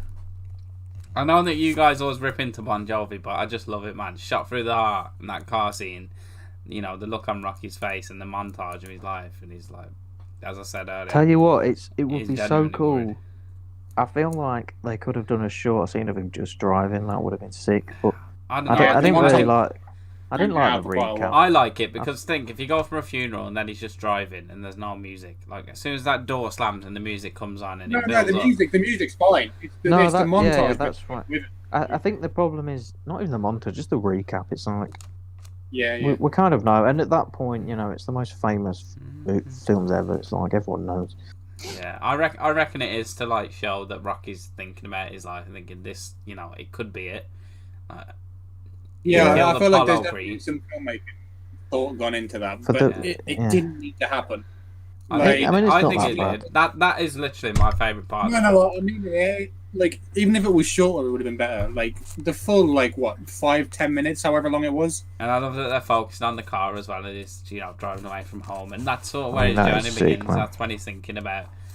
That's when he's thinking about the fight, isn't it? And he's like, "Yeah, I've got to do this for my friend." I love how they had no idea that was 80s. Like they had no idea how 80s it was. They were just doing. I love the cars in Rocky. Yeah, I know, man. It's just like they had no idea how iconic it would be. Corvette, right? Isn't it the thing he was driving? I think was it Corvette or was it in the fourth one? I don't know. Corvette. I'm not 100%. But in the 80s, I think that's everyone's favourite era, isn't it? Or as you say. In Rocky 2, I think he gets a Firebird. In Rocky 1 or 2, he can't even drive. In Rocky 2, he can't even drive around in Rocky 2, he pulls up, doesn't he, at that shop, and he's like, "Do you like the necklace or whatever?" And he just curbs buys it completely. A car. It's like, you know what? I don't have a license, but I'm getting a car. Yeah, you can't drive. And he's like, what is he doing? I'm gonna die in this car. Getting brain damage. He can't even read until Rocky 3, Rocky 4. He struggles to read in that because they have him doing all the ads. I just love Rocky as a character. And I love that in this movie as well. Again, he takes the money. He takes the fight for no money. That shows one of the most important fights of his life, and he might die, and he takes it with no money. It wasn't a sanctioned fight. They said so, as it's the American Association sanctioned the fight or whatever. The Soviet Union or whatever could have put together a deal or something. He could have made money if he wanted to, but he was like, no. Yeah, they could have paid for it. They brought him in to lose. The Soviets, the evil Soviets did. I think that were part of their plan as well. I wonder if they told Creed to injure, not Creed. I wonder if they told Drago to injure Creed to that point so that they got to Rocky. Well, they wanted Rocky. Anyway. They wanted Rocky, didn't they? That was the first thing they said, and then that's what I didn't get. Suddenly there was okay, we'll fight Creed. Because Creed was going to lose that the minute he goes against him. No, but Rocky was the target, and then all of a sudden it's he's fighting Creed. I was like, oh, hang on a minute. I was like, what did I miss? Because he fully stepped up to him in the press conference. He fully kicked up about it. No, I mean before that, the first thing we see of Drago is, oh, look at this guy, he wants to come and fight Rocky, right? But then the next thing you know, it's Creed fighting him, and it's like, why does he need a tune-up fight? Go in there. Well, no, the reason why he fights him is because he to get to Rocky. At the press conference, he does that West thing. He calls him yeah, but that's after, isn't it? No, that's before. What? That's after the fight is booked. They book Drago versus Creed. But what my point is, what they were going for Rocky. Did they know he was going to kill Creed? I think they probably told him to injure him, to beat. I wonder if that was the plan. Maybe. But I don't know whether he wanted to actually kill him. But maybe they might not meant. He might not actually meant to kill him. He probably actually expects him to throw in the towel. Yeah, they knew he wouldn't throw in the towel, so they could just beat him up forever. I love that. After the montages in the car, he goes straight into the deep end, and he's in Soviet Russia. He's in the snow, freezing cold, and he's doing this crazy training with logs, and he's got the beard. Good, man. But no one likes him. You know what I mean? No one. I always think back to that as one of my favourite parts because he's in Soviet Russia. The stakes have been upped. He's never been in that position before. In Rocky 1 though, he does kind of train old school, but He's in the freezing cold weatherman. Yeah, but he's he just punching a pig in that one? That's all I remember from the film. Yeah, No, he chases. probably lets him he does into the punch a meat pig, factory. Yeah. But you know, they're even following him and everything. Like they're keeping a watchful eye on everything he's doing. The Soviets are. Yeah. Yeah, but is that for his safety? Combined. I don't think Well, it that's is. what they say, innit? They say that Yeah, we're gonna have to watch it. I don't. It might I think be. it's because he's an American. Yeah, probably thought he's no. a spy. As an American inside of Russia, they've got to worry about him bringing America over. Like, even if it's just down like that. Exactly. I think it's one of the best montages of all time. I've written down some of the stuff he's doing in there. Running up mountains, picking up horse carriages, lifting logs, pulling Polly on a cart, like everyone on the cart, cutting logs. It is completely transformed. That mountain shot is actually very impressive. Yeah, I know. That the wide filmed shot as of a well. mountain, that's mental. It's mental. I think I read something about him filming that because, like, how do you film in those conditions? Like, I know it's very impressive. That's got to be a feat in filmmaking, and I think I've heard him discuss that before. And it was some. Now you can just do the drone shot, right? What's sad now is yeah, but they wouldn't even drone it. They'd green screen it. They'd CGI it. Yeah. Like, you see how many of these cities in that are built CGI now, and it's like the thing is though as well, like back in the that era. Endgame was on a set. Oh, it just looks awful though, doesn't it? Them Avengers, they just look terrible. Again, I've got to give props to Stallone because in that era, like, they wasn't doing things like that. They wouldn't have been doing shots like that. Even old school 80s stuff where it's on like a matte painting or a rotating screen behind them, like backlit projection. Just better, innit? They look better. Even like the backlit projections look good, but they're like slightly out of color. Like you'll notice it in RoboCop. There are scenes where they're like the color like changes. What about this, San George? What about Cliffhanger? You seen that film? No. Cliffhanger's Stallone again, literally. Like climbing across mountains, rock climbing. He's doing all sorts of stuff in that, and it's all set in the snow as well. Brilliant film as well. It's probably done at the same time, to be honest. If it was, they got the snow there. I reckon that would have been film a helicopter. Yeah, we can film two of them, mate. Two for the price of one. Off the film. But yeah, Stallone, like some of the movies he made in that era. I mean, you got Rambo as well. Like, think how that's filmed. It's literally in caves and everything. Rambo was great. I think he's one of the most passionate actors and filmmakers. I know you give him a lot of like crap because you don't like how his voice sounds and stuff, but it's not that I don't like how his voice sounds. It's I can't understand him, and that is key to be understood as an actor. Iconic. Like, I understand it's not his fault and it's the lisp or whatever, but no, he's got like an iconic voice. It's like Schwarzenegger as well back in that day, and yeah, but that's because voice, he's Austrian. And that's not because like you can still understand. I'll be back. I love it. Did you ever watch Expendables? I have, yeah, but not for a long time. They are awful.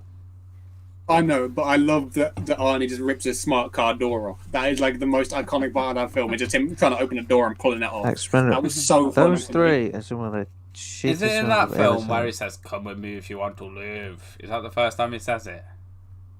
Not Expendables. Yeah, Terminator. I know he says it in Terminator as well. Says it to John Connors. That's one of his iconic lines, isn't it? I'll be back.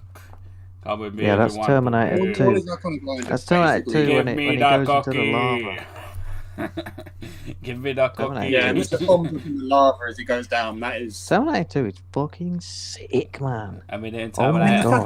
And we're doing Terminator 2 next simulation, like they did on the Terminator 2. I don't think I've got it on any of these things, like services I've got. You could probably get it on eBay for they quid did, or something. They did a full liquid tracking simulator for the high-tech shit. 10,000 or whatever. That's what James Cameron does, though, isn't it? He just goes for it like he's the man who invents this new shit. Yeah. And it might not look the best first, but he's the one that does it.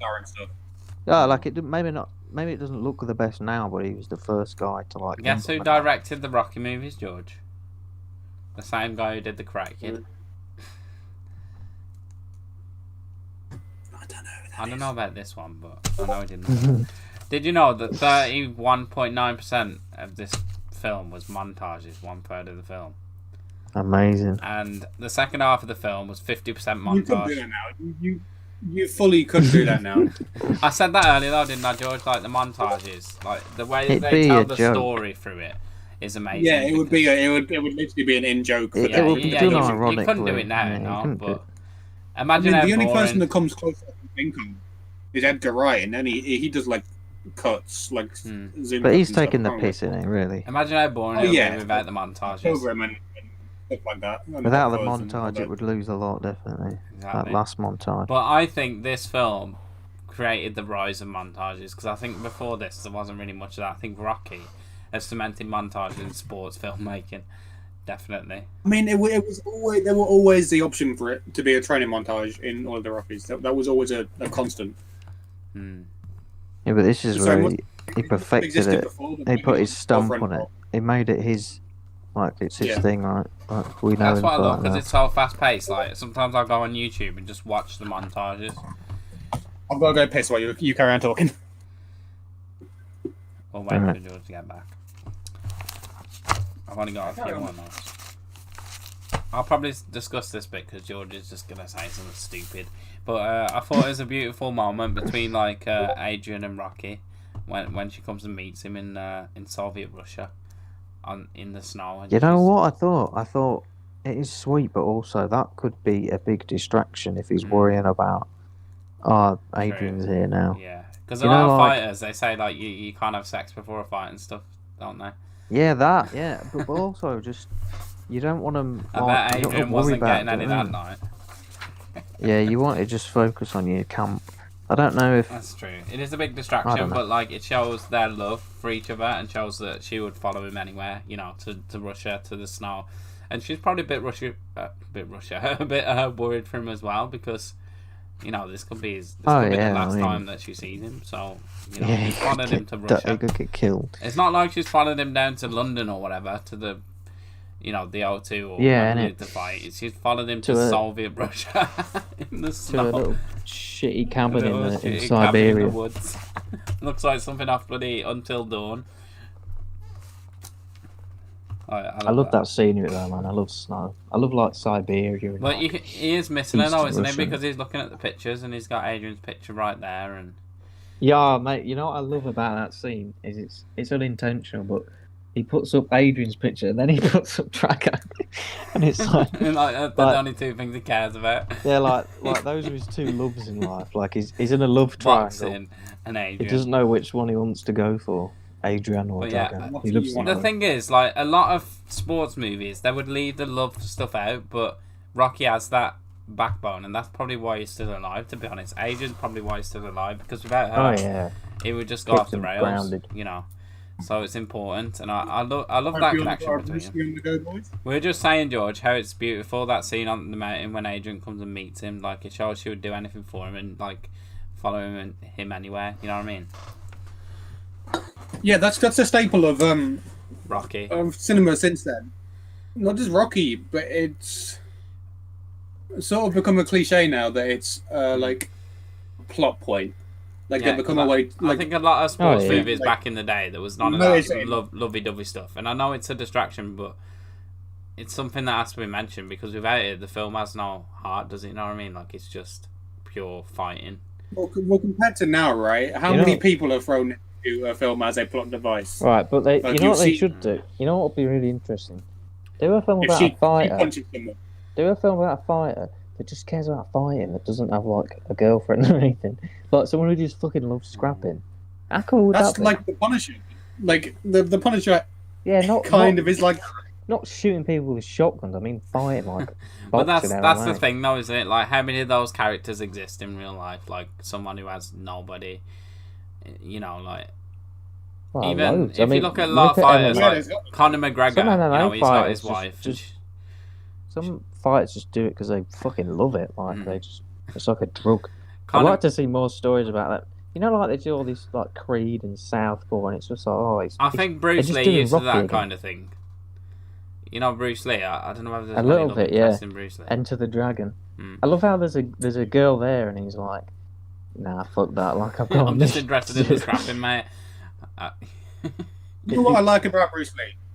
Everything. One of the things I like is that he created his own style, his own martial arts style. Yeah. Jeet Kune Do.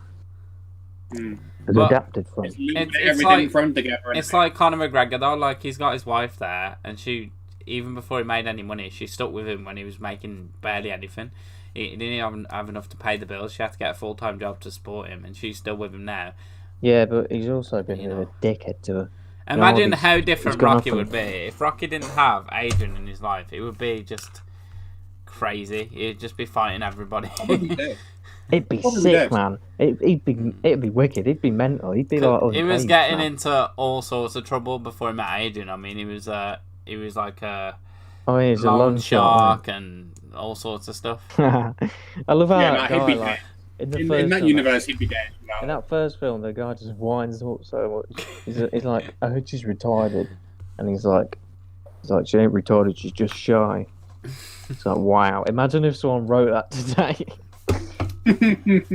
Like, Rocky gets a lot of stick in that first film as well. You can't really say that. You know when he's talking to that girl and he's walks past all the buskers and stuff, and no one likes him, and she's being nice to him, and then she walks up and she's like, "You're a punk, Rocco." He's like, "Hey, screw you, creep." Screw you, you creep. Brilliant, man. But then after he's famous, they'll probably treat him a lot differently, because when he returns in the 5th Rocky film, he's like a celebrity. I love how those guys are just like do-whopping all day. They're just vibing, like a cappella. Did you know that one of those guys is Rocky's brother, and he's a musician? Oh, I heard about it, actually. I know he did some music for you. I didn't know he was that guy, though. Yeah, he's one of those guys with the afro hairstyle. But yeah, I don't think Adrian's a plot device. I think she's central to the film. I don't think she is. What I'm saying is it's been used as a plot device. Yeah. There's no soul in it. Of course, I think Rocky was such a big film at the time, and the franchise itself, like, it was an indie film. Like, it wasn't supposed to, back then, that no studios would take it on. There was one studio said they would do it without Rocky. And then Rocky went to another studio for less money because he had nothing to lose. He took that, he had to sell his dog and everything to get Rocky out there. And it's become such a staple of the film industry that a lot of films have copied it because it did so well and everybody loves it, you know. Would you agree, George?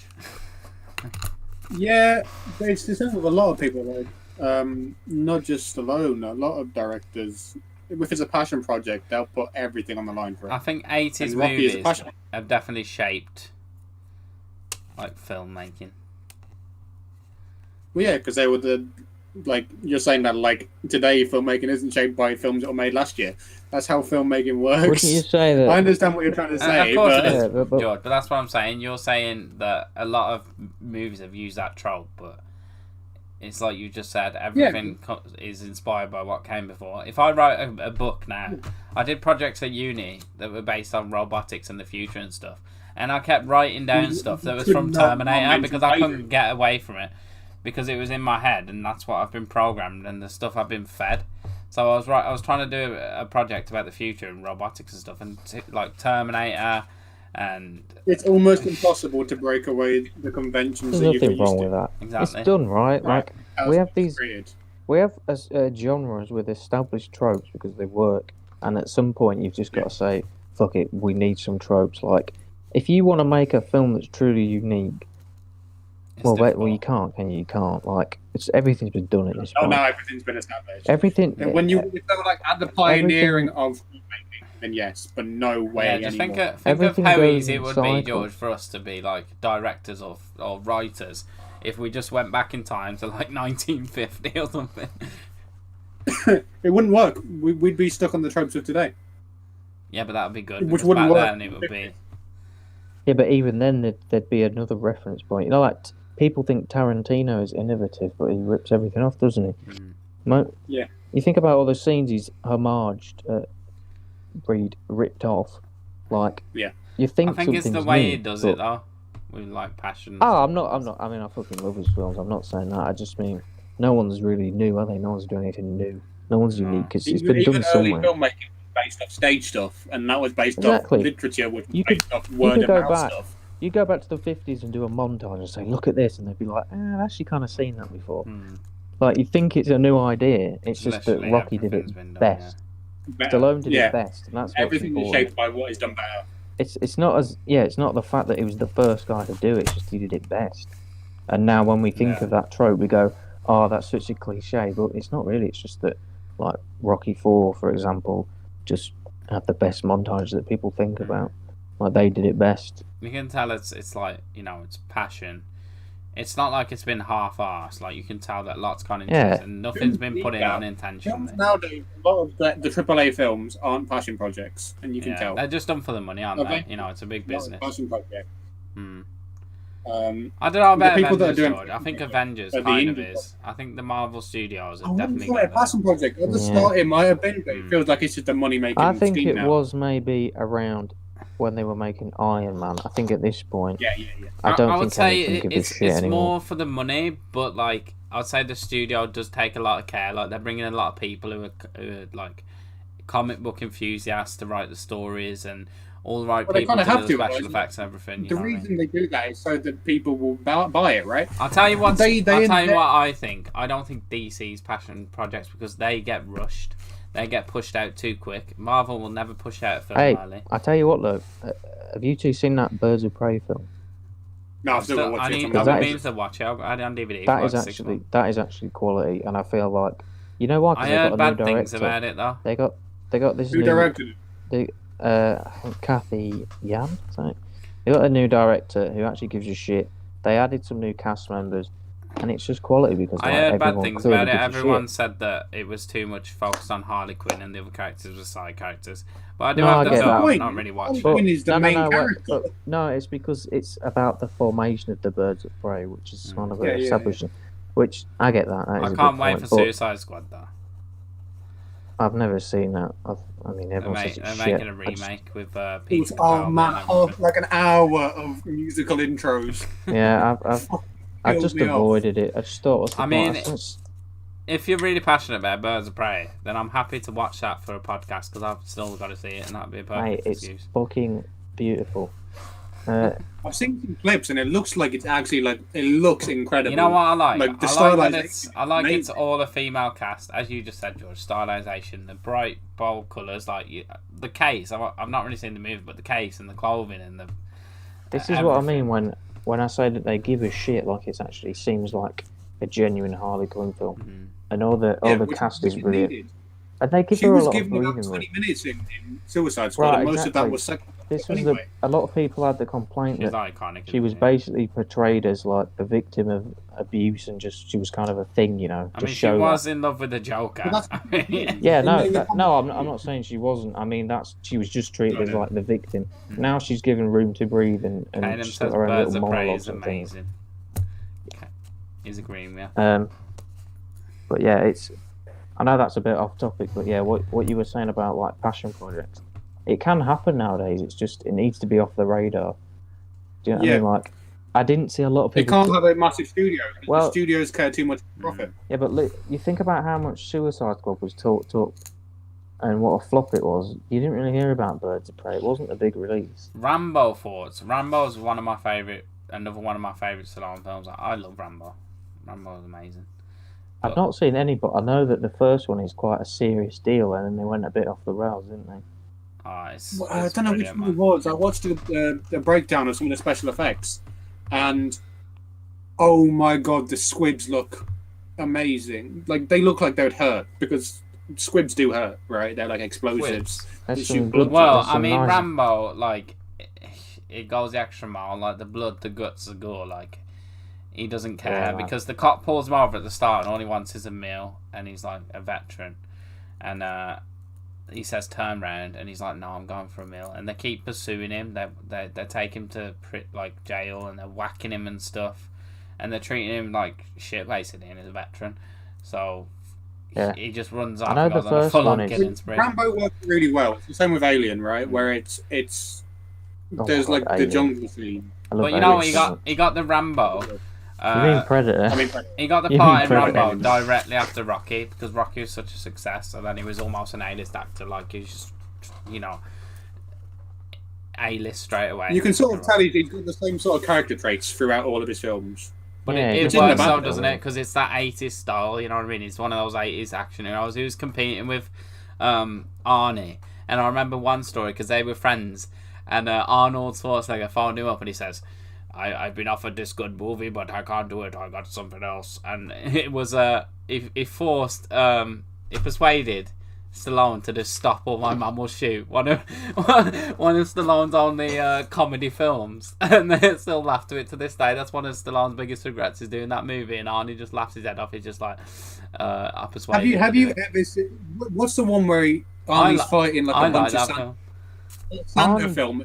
Yeah, Jingle All the Way. Jingle All the Way is great. Yeah, so Yeah, but Arnie can't talk shit because he did Twins and he did Junior where he gives birth. Junior's where he gives birth to a hilarious. baby. But it's nice when you see like very serious action actors in comedy roles, and Stallone's never done that again. I'll tell you a good Stallone film though, Daylight. Have you seen that? Oh my god, that is badass.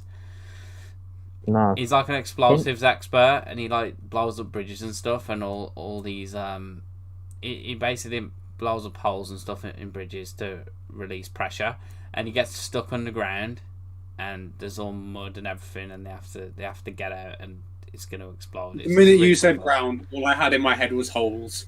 Like, not holes. No prior reason. Very different. There's like I don't want to go digging. It's brilliant. That's too damn bad. It actually reminds me of Uncharted at some point, George, because he has to jump across these underground caves. Can we talk about the Uncharted film? I think I'm going to hate it. I think I'm going to love it. Best art I love film. Tom Holland as an actor, but Tom Sullivan Holland is going to kill me. God. Wahlberg is not a good actor in my It's book. brilliant. I love a bad Wahlberg. Sully. Wahlberg's good. I think there's both awful casting. But I don't Tom know where Holland they did come say that it's not his best performance because he was too focused on looking good rather than playing the part he felt sometimes. But for an actor to come out and say that shows how passionate Tom Holland is about his craft, because he admits it. It's the same with a lot of films made from previous stuff, like digital media. Like you'll notice almost every video game. They're There's flop never been a around, good aren't they? one. There's never been a good Oh, one. have you seen the trailer for Sonic's doing alright. Mortal Kombat? But I've never seen it. It's going to be shit, mate. It's going to be shit. Oh yeah, I know. It's the curse. It's the curse. You can't avoid it. Like, it's literally a curse. Let's You talk can't about make some a video good- game movies. You got Mario, Super Mario Brothers. That doesn't count. Street That doesn't count. Street Fighter, the original Mortal Kombat. That does count, Assassin's George. It was Creed based one. on Mario, and you got the guy out Talk there. about the American bastardization that The was Dragon Ball Z. There was What, the there was film? one video game Dragon movie Ball. that Oh, worked. God. I'll tell you a video game movie I wanted to work. Assassin's Creed. That's one I really wanted. I quite to work. liked it. And I've I not did. seen it. I like Michael Fassbender as a serious character. He's great in it. Never And has the anything. first time I watched it, I wasn't that into it because I had never really played the game, so I didn't really understand it. But for a fan, it's made for the fans. I watched it again after playing number 1, and I loved it. I was like, "This is perfect." This is I exactly don't what think it's made for. It's not made for diehard fans because diehard fans would hate it. It's made for. It's made for everyone, middle but ground. having a knowledge of Assassin's Creed franchise gives it that extra, that extra. Like Tomb Raider. Flavour. The first Tomb Raider game film Oh, they're was. just crap, though, aren't they? They're just a joke. I think the Yeah, first they're two crap, were. but I enjoy The new They- one, I'm not a Andy fan. Jolie, right? They make a joke out of the games Shed as the if man. to say we're making a film, not a silly game. Shed the man, And Shed it's the like- man does whatever a Shedcast. He can spin a George every time. What? Is that Exactly. Caleb? Is he drunk? Someone said Tom Holland's in Sonic. I've not seen it, to be honest. He is Sonic. No, he's not. Have you seen Silent Hill? That's probably the worst game movie there is. Oh, I want to play that. Is that the PS2 game? Yeah, Silent Hill's on a lot of yeah, but platforms. the film is like the worst game film. It's I've not so watched it's it. like it could be literally anything. Like you can't tell it's Silent Hill. That's the worst thing I think. Isn't that better though when the it problem separates is from they the game? try and take it away from the game to get it to a bigger audience, right? Yeah, they'll and fully so- push for Yeah, they a basically- wider audience, which then defeats that it's not a game anymore. Yeah, they lose the entire like the identity. There has been of some the- video game movies that worked. I just can't think of them. There's only like one or two that actually They worked. don't exist. The Resident Evil games, the Resident Evil film, the first one was okay. Like that was They're bearable, all I'm crap. right? not They're a saying it. joke. You know, they're a joke, but Can you mention that game without that from a fucking guy getting Halo shot by any lasers? good? Was the Halo film any good? What, Halo? They made a film? couple of Halo films. No, like they're kind of short films, aren't they? Or like animated ones. No, they're just shorts. They're gonna make a new one, I think. Mm. You know who's playing Master Chief? No. He's a porn stash from Orange Is the New Black. I have not seen that, to be honest. I don't know why I'm laughing. I mean, I just like the idea of someone being called porn stash. I feel like he's like a total creep, and it's just amazing that they chose him. I imagine you to be called George with that moustache. Porn stash. This isn't even the stash. This That's is like not a a porn shadow. stash. We've not even done the Rocky 4 fight scene, man. Where have we ended up? Yeah, We don't need to. We do, We know what George. We happens, need do to we? finish it because if someone's watching this and is a dedicated Rocky 4 fan, and we're going on to talk about porn stashes. Rocky fans, listen. It's good. All right, it's probably the best fight in the. I just want to say, franchise, like, right? yeah, it's so good. Like, I love the fact that they went now and did a 50-minute fight scene because you often get underwhelmed by the end of the movies being really small fight scenes. It's like The Hobbit, the third Hobbit film. You think it's going to be an amazing fight scene battle, and it's like 5 minutes. No, The Hobbit was beautiful. They stretched that out for way too long. They didn't, George. It was very underwhelming, the third fight. I remember talking about that with my friend back in the day, and we was expecting this like hour-long fight. Like the book's like massive, and half the book's like the fight scene, and it was like 5 minutes. Yeah, but that's because they split it into 3 films, and then they added stuff that wasn't in the books and stuff, right?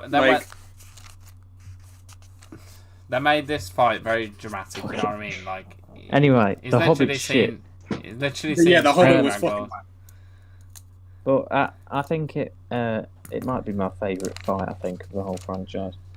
It's really well paced. It's just fucking like you brutal, say man. when Polly says, "Oh, hit the one in the middle." Like that's the best bit. That it really picks The up. one in the middle. Like he can't even brilliant, see. Like he's blind by rights. He should be able, but then he's like, he just somewhere gets this amazing strength, and then just goes ham. I know, man. It's so raw. And Like the realism. It's a pretty brutal fight. I feel like It just they looks were amazing, taking man. quite And a the lot of crowd, inspiration and like the from- sound is just brilliant. The sound design. I love it when and they the, like and the visuals. you know they slow it down because in boxing, like 3-minute rounds, it's all really quick. But this is like, you know, it's really dramatic. Like every single part of the fight, like you're really feeling for Rocky. You want him to win, and 1 minute is down, and then he's back up, and and then all these efforts. You know, obviously he wins. I can't like it's over. separate Rocky from Wii Sport boxing. In my head, it's like what are you talking when about? he's getting knocked down. George, do not try and make me think of Wii Sports boxing with the Rocky format. Wow. I played the Wii recently and it's not as good as it used to be. Like That when is you're a kid, it amazing. looks so good. But... What a way to dissect the fight scene in Rocky 4. I mean, that is like iconic Wii as well. Sports You know when he wins and he's talking about equality and he's got the American flag round him and everyone's holding him up. And when he comes into the fight, everyone's like cheering Drago, like Drago, Drago, Drago, and Rocky's there just fully concentrated, not listening to him at all. At the end, they're all cheering for Rocky, like, and even like just before he wins the fight, they're cheering for Rocky. They're changed. Look, man, They're that would changed. not Since. fucking happen. That Like would not happen. the whole of the Soviet Union just become hardcore Rocky fans in the last round of the fight. Yeah, that is ridiculous. They'd boom out of the room. They'd think it was rigged. Yeah, they did be death threats. Is this not your favourite line as well from the film? When the kid's talking to his friends and he's like, "That's my dad," and they're like, "Yeah, we're not nerds." We're not Yeah, nerds. That's brilliant. Yeah, we're not a bunch of understand nerds, why they mate. put that in. There was no need. And he's like, yeah, But we that's know. like something you would write. Aren't they like at Rocky's house as well? Yeah, they're literally at Rocky's house, and and they're like, "Of course he's your dad, you fucking idiot." We're not nerds, mate. What do you They take threw us me for? for a fucking loop. I like the cinematography of it. It's I very really hate this reminiscent man of because like- I've printed off 10 Rocky facts and it's been covered with random ads of The Rock saying he was the highest paid actor in 2016. What a waste of paper. That is quite And look at important. this. I'm going to have to go on the internet and search from now, but I'm not doing the video so I can do it. But look, I've literally got loads of pictures of The Rock covering all my freaking text, man. Useless.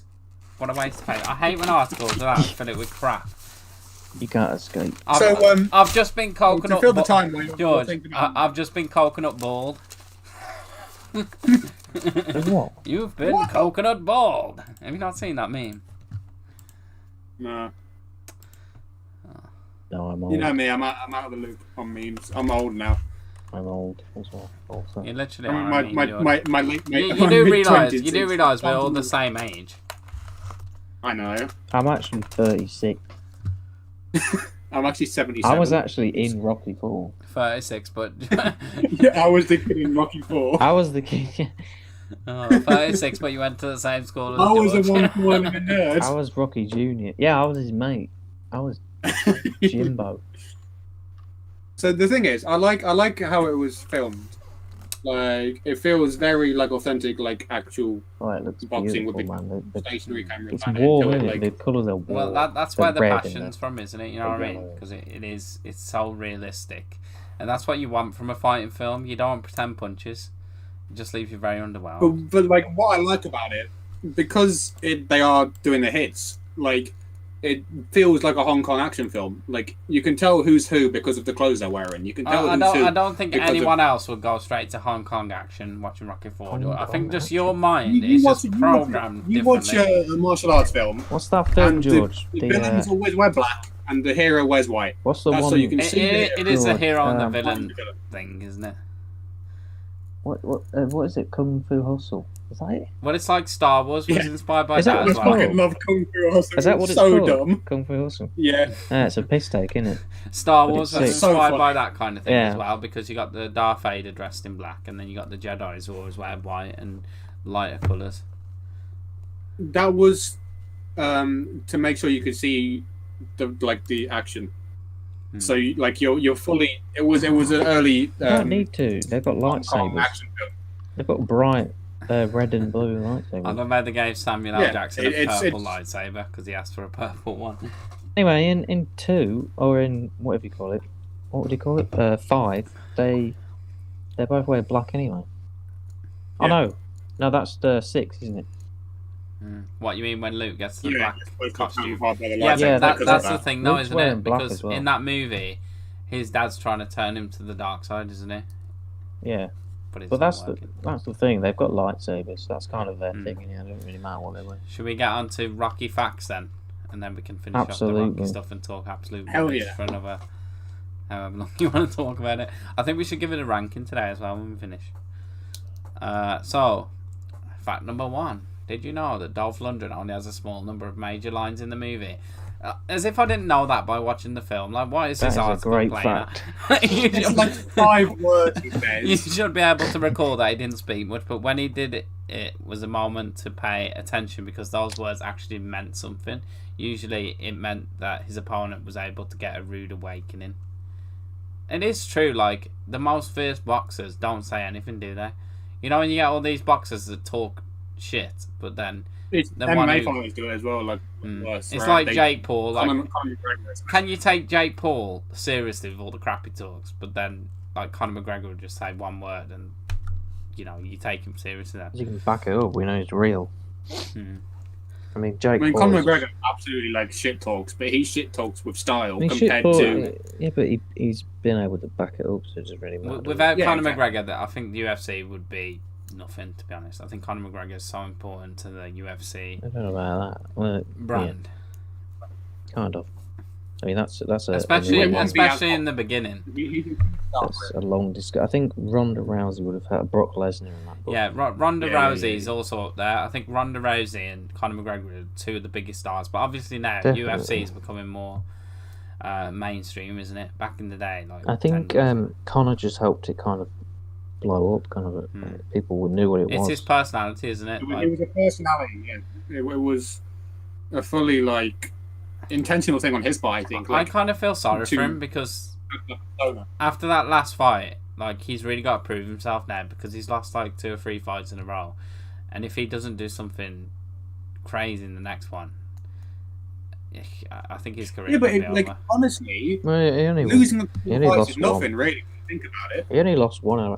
Losses aren't a big deal in MMA. I mean, it's one of those sports where anything can happen. It doesn't really matter.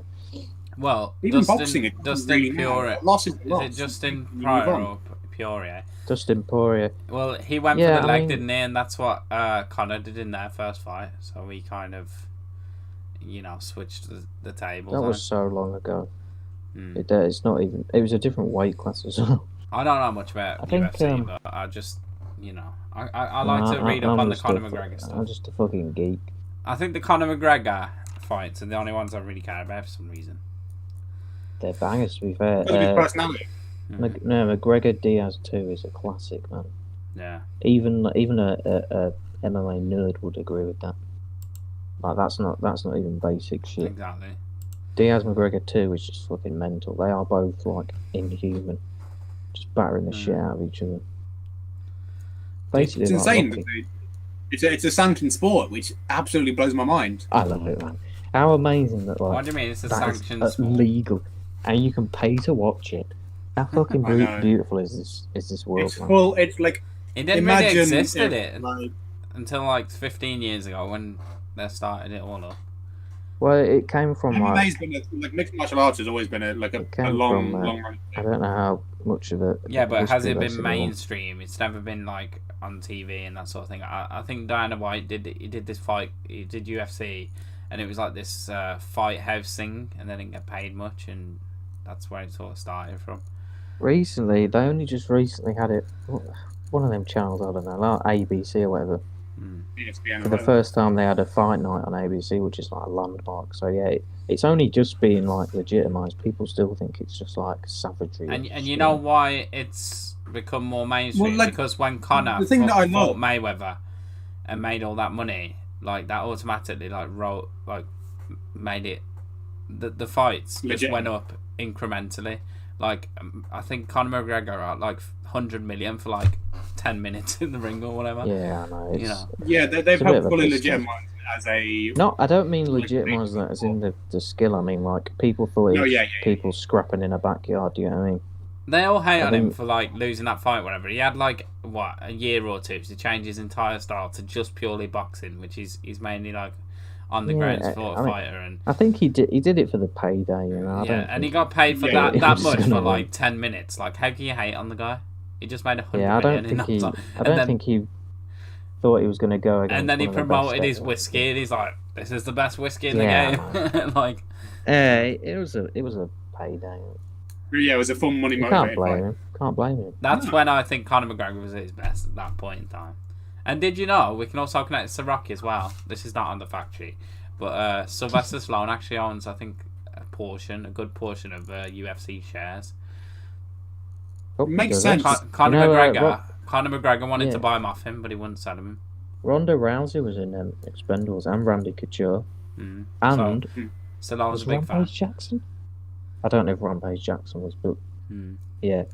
There's quite a big crossover. I think if UFC was a big thing in the 80s, Stallone would have been doing a UFC film. I have no doubt about that. Yeah, they did Bloodsport, didn't they?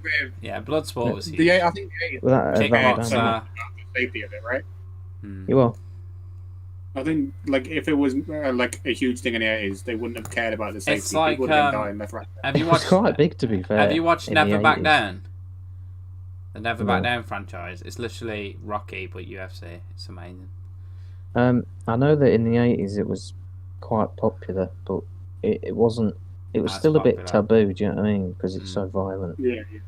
Bloodsport. People didn't really want to see that. Like I'm telling you. But now everyone wants to see it's not, like I feel like until like maybe like Jackie Chan and Bruce Lee and all that, like sort of brought an American audience to. Like a big portion of American audience to learn about like martial arts and stuff. Yeah, but, I mean that was before, wasn't it? I mean like in the 80s when they started. When did the UFC? 25 years ago, I think, which would be 25 years ago. What, like the 90s? 95, something like that. I thought it was like 2004 or something. No. I mean, it was Pride and that, and Strikeforce. That's what the UFC was basically. And then they kind of bought all that. Diana White, man, how he moved all the UFC to an island just so he could continue doing it. Like he just bought an island. He's like, oh yeah, if we just go to island, like, no one's got infected off anyone, so he's actually done a good job. Yeah, but how much money does he have to just say, you know what, we'll buy an island. We'll build all the stuff we're going to do on there. Some islands are like fairly cheap because of how out of the way they are. Fight Island. I don't know about that. I think they're cheap. No. Like, I mean, there are some islands I think that are like. that he's like. You can buy an island that's like literally like 1 square foot and just. Like... No. He didn't buy any. I think it was just marketing. New islands are being made all the time because of volcanic activity. I might get one. Yeah, we're gonna go buy one. I think you need That's about. what our YouTube money I think you need about 100k or 1 million. We'll have to do quite a few podcasts to get our own island, Shed Island. Yeah, but 100 million, like a million for them is. You know nothing, what I would right? do The if amount I had an island, George? I'd just a real life Minecraft series. You'd be living in like it'd be like Ark Survival. Like all the survival challenges. George would just be running around in a Tonga. Like on Ark Survival. You've got a massive beard and you're dying of dehydration. You're like, okay, guys. The thing is, today, I can just imagine George. I just What about imagine hunting George for looking crabs? like the guy in Castaway, man. Just growing his hair out again. He's got the beard coming God. out here. Mate, the bit when he pulls his tooth out, man. And George just talking to a rock saying, "You bloody egg." And just, George would make Wilson in like a day. Yeah. Like What do you He'd be having a great a time. day. He'd be You'd creating lose his it. own art supply. Like a day, you'd be Yeah. like, I need a fucking friend. I need a companion. You here. literally are, George, because if I didn't do these streams, you'd just stay in bed you just stay in your loft, like you just become like a hobby. Yeah, I'll in be your doing loft. art. I'm not talking to you anyway. Anyway, I think we need some more Rocky facts. Yeah, let's get on with it. You end up in Taiwanese enjoyed jungles. the, Talking about jungles, he might be doing Tomb Raider after this. Depends. Ugh, it's kind of late though. Oh, I knew he was going to say that, George. You're such an old I'll man. do. Have you been playing the game? Have you been playing the game? I've seen. Yeah, the, Shadow. I've seen the thumbnail where you did the old one with the like triangle titties. Yeah, literally You that did the old thumbnail. character. So funny. It's so funny. You've not even said that get- thumbnail, have you? That's just popped up, hasn't it? Is that any good? I started playing that one. Is that the one where it's like It's Day a of the new Dead? one, but you can unlock like. Yeah. options. It's I- really good so far. I got to the first fight bit and I was like, this is just fucking naff. It's just like Uncharted, innit? I just couldn't be bothered. Yeah, but we love Just Uncharted, that- so that's that how kind bad of- it's game. No, I know, but you know what's funny? It's like been Uncharted ripped it off. Yeah, we've and been then made it discussing like that. Yeah. 10 But times made it better. And now Yeah, they're it's ripping quite off embarrassing. Uncharted, so it's like gone back and forth. Yeah, that's what I They don't like about clearly it. spent a lot of time putting up into the graphics of it because it's so beautiful to look at. Oh, I just hate it. You know them games where it's like a film where you just got to like press a button while a mountain collapses? It's not like that. You Yeah. can be running around The forever. second like that. one was. I played the second one. That was like. No, this one's like open world. It's brilliant, man. You can do all sorts of stuff. But yeah, let's get on to Rocky facts. So, did you know that Tony Burton is actually an accomplished chess player? Do you know who Tony Burton is? Nope. That's Rocky's trainer for the film. Apparently, he's a very astute chess player and actually beat Stanley Kubrick on the set of The Shining. Fucking love The Shining. Yeah, I still I don't know was what talking actor we're about The talking about, but I think it's the guy who trains Apollo. Well, you don't know who Kubrick is. I know who Kubrick is, but He didn't say. I don't know who the, Tony the Burton. actor. Yeah. number Oh, 3. no, he's the trainer. Yeah, the other guy. Isn't- It's not Paulie. Polly. Yeah, the black Shining guy that was in Russia with him. But he's not the guy from The Shining. Don't they play chess as well? Doesn't he play chess against Polly in the film? No, he plays against the Yes. Russian. Yeah, he plays chess. Yeah. Number 3. Ivan Drago was meant to be a much different character than Apollo Creed or Clubber Lang. No shit. Creed and Lang were loud, kind of obnoxious, and obviously far more vocal. Drago was meant to be silent, ominous, and deadly. Isn't that the same fact as number 1? What is this freaking website, man? Why just make Alright. your own facts up? I enjoyed This that. is my fact. fact. Number- Hey, Not actually Russian. I have a fact. Sorry, can I just interject a fact? Go on then. Go for it. You know Burt Young, who plays Paulie. He was a boxer. Mhm. He was a boxer and he was in the Marines. Yeah. He's fucking hard. It should he be plays about it, him. You don't he get should that have been from- Rocky. It's funny that they make him the funny character in the film, isn't it? They make him like the I clown. know. Yeah, he, he's probably he could probably one of the beat hardest. Sly. If he was in his prime, Yeah. I don't know about as he is. Yeah, I in guess he this was real. film. It's all the cigars. It was I must break you was one of the most iconic lines of the movie. It was translated into a few different languages and came out a little different each time, but the general feeling was still there. Interesting. Oh, and it doesn't tell you what they said. Number 5. Yeah, I was waiting to hear it in Chinese or French. That's all it says.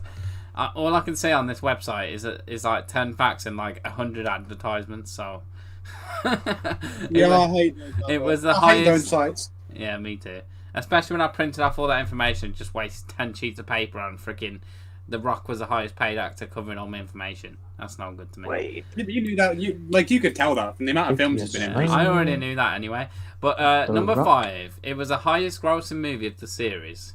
So you got to remember that Rocky movies didn't start out with a bang. Parts 1 and 2 weren't really that popular until later on. See, I thought the opposite. I thought they were quite popular. I know they made a lot of money. It won an Oscar. It won the Best Picture. Compared to yeah, but compared to its budget. Like getting an Oscar couldn't be made without having a huge I think audience. they did make a someone's lot of got to money, see it, right? but it's because it had a really low budget. I think that's what it's. I guess so. Oh yeah, that's a good point. The rumour is that the character of Ivan Drago returned home and eventually committed suicide. But that's wrong because he was in Creed 2, mate. What the hell is this website? Who came up with that? I don't know.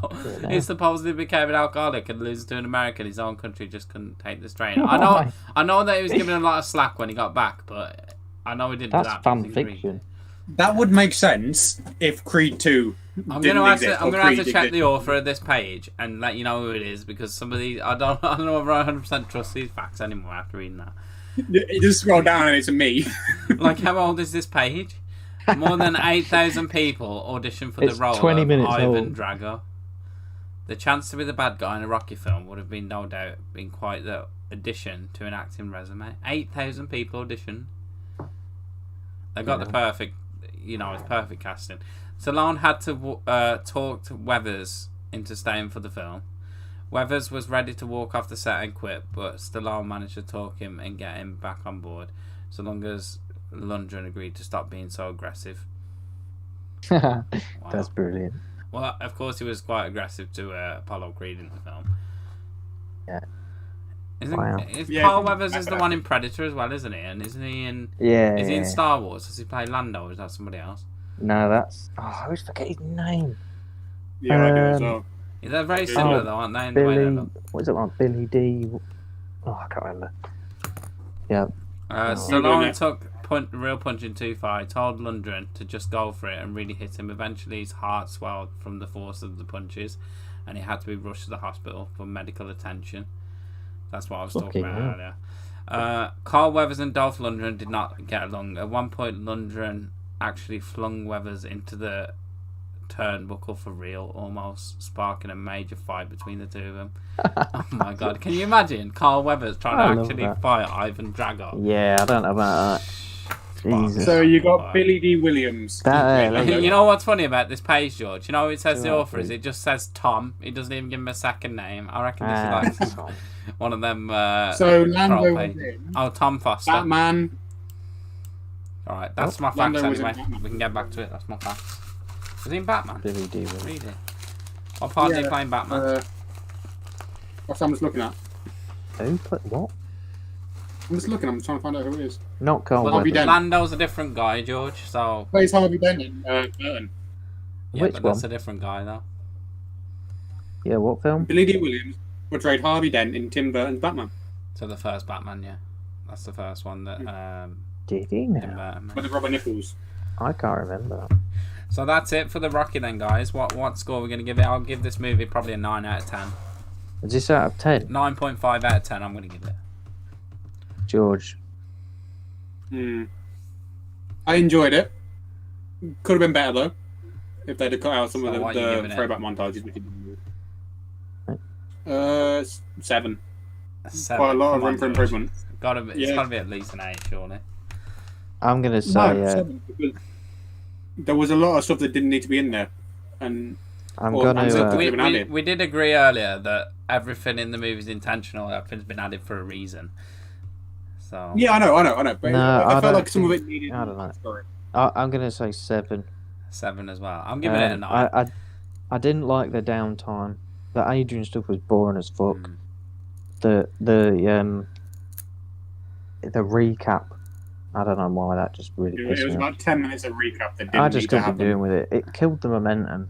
But I think that was 7. one of the best bits of the film. So, I think 7 is still a very good score. But then again, this is one of my favourite movies of all time, so I'm bound to be biased. But yeah, I loved it. Absolutely, like you're fine to be biased, but like it did kill the momentum. You were like, oh, fight. Slow down in the middle. Like I understand that is like a filmmaking thing to slow down before the big finale. Not just that as well. I just think generally, I think that the downtime didn't interest me as much. Well, 7's not bad anyway. I think it could be. Yeah, no, I mean that's. Let's check its score on Rotten Tomatoes. I think 2 is my favourite. 2 is good. The rematch with Creed. Yeah, that's a good one. I think that's the best one. Let's have a look at Rotten Tomatoes score while they're talking. I bet it's about an 8. Tomato meter, it says 40%, and on the audience score it says 79%.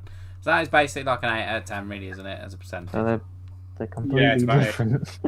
I'll give it a 9. That's fun. That's weird, isn't it? When you get like critics and people saying such different things.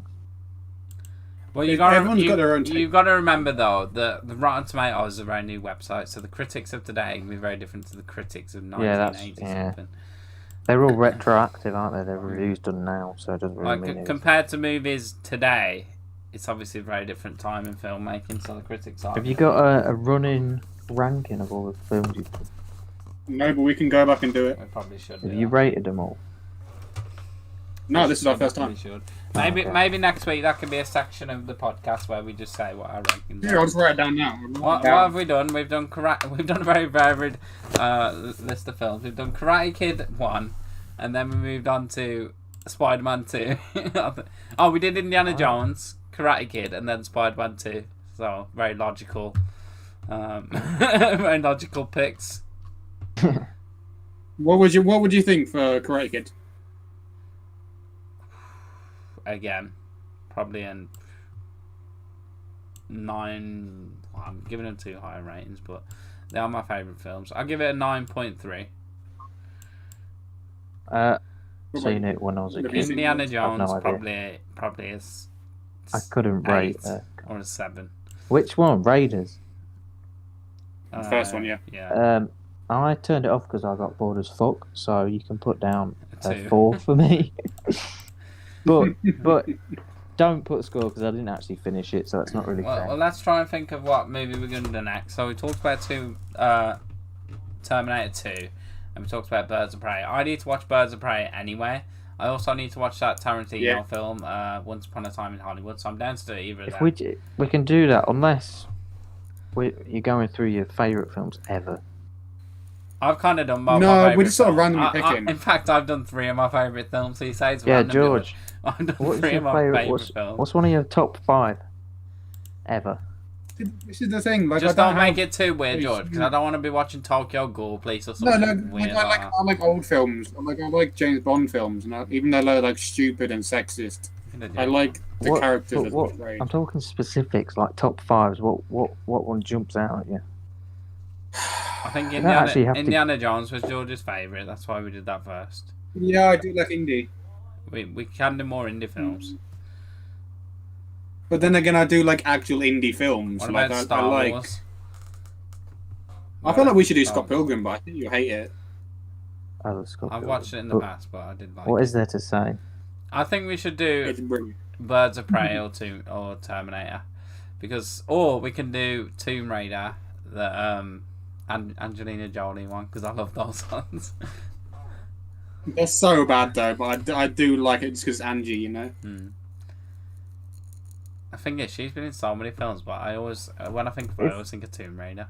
If you want to go for like indie and that, then you can just do that because I don't really like them. Birds of Prey is a good one to do because you're passionate about it. I've not seen it. I don't know whether George has seen it, and it's more focused on the female. It's more focused on the female cast. You know what I mean? And there's not a lot of. There is now in this day and age, but I think a lot of female casts are done as reboots, and I think that's where they go wrong. Whereas this is a new idea. Mandalorian has quite a very female cast. Yeah, but I'm talking about like all female. Like Ghostbusters, that was horrendous, and not because it had a female cast. It's because of the writing and because they tried to take Ghostbusters and do the same thing instead of making a new idea. They shouldn't reboot things just for the sake of a female cast. Like, I think it was just poor casting. Like, it would have been fine as a remake if it wasn't. I think stuff like Birds of Prey is perfect because it's a female comic book, like a female-oriented comic book, and they've took that. Well, I can do that whenever because I've already seen it. I might watch it again, but I think I'm going to get off anyway. Okay. Yeah, but if it's something else, you don't have to invite me. It's fine. Are you trying to back out because you don't want another? Back out. It's I don't really unprofessional. want to watch Indiana Jones ever again. I'll put it that way. I don't want to watch Indiana Jones. But that's the point again. of the podcast, though, because you can watch it and then you can really slag it off. That's what George did to Spider-Man 2. Literally. Spider-Man 2, Mitch. George you don't like literally, Spider-Man 2? he wrecked Spider-Man 2 for me. Literally. Dr. Octopus, he kept saying. He kept saying this guy with tentacle arms created tentacles for himself to create some weird. Okay. No, like, I don't understand. It's such a stupid concept that he decided to put highly advanced arms on his fucking. One of the best Superman films ever, and George completely. Are you projecting? I prefer 1, it. to be fair. I love Spider-Man 1. Oh my god, what film. I'm going to go back. I've seen that probably 100 times. I've just bought the Blu-ray again, so I'm going to be watching it. God, it's so good. But yeah, we can do Birds of Prey if you want, or Terminator 2. But we'll decide later in the week anyway, and we'll just ask you, and if you want to take part, you can. We didn't really introduce you, did we, in the beginning?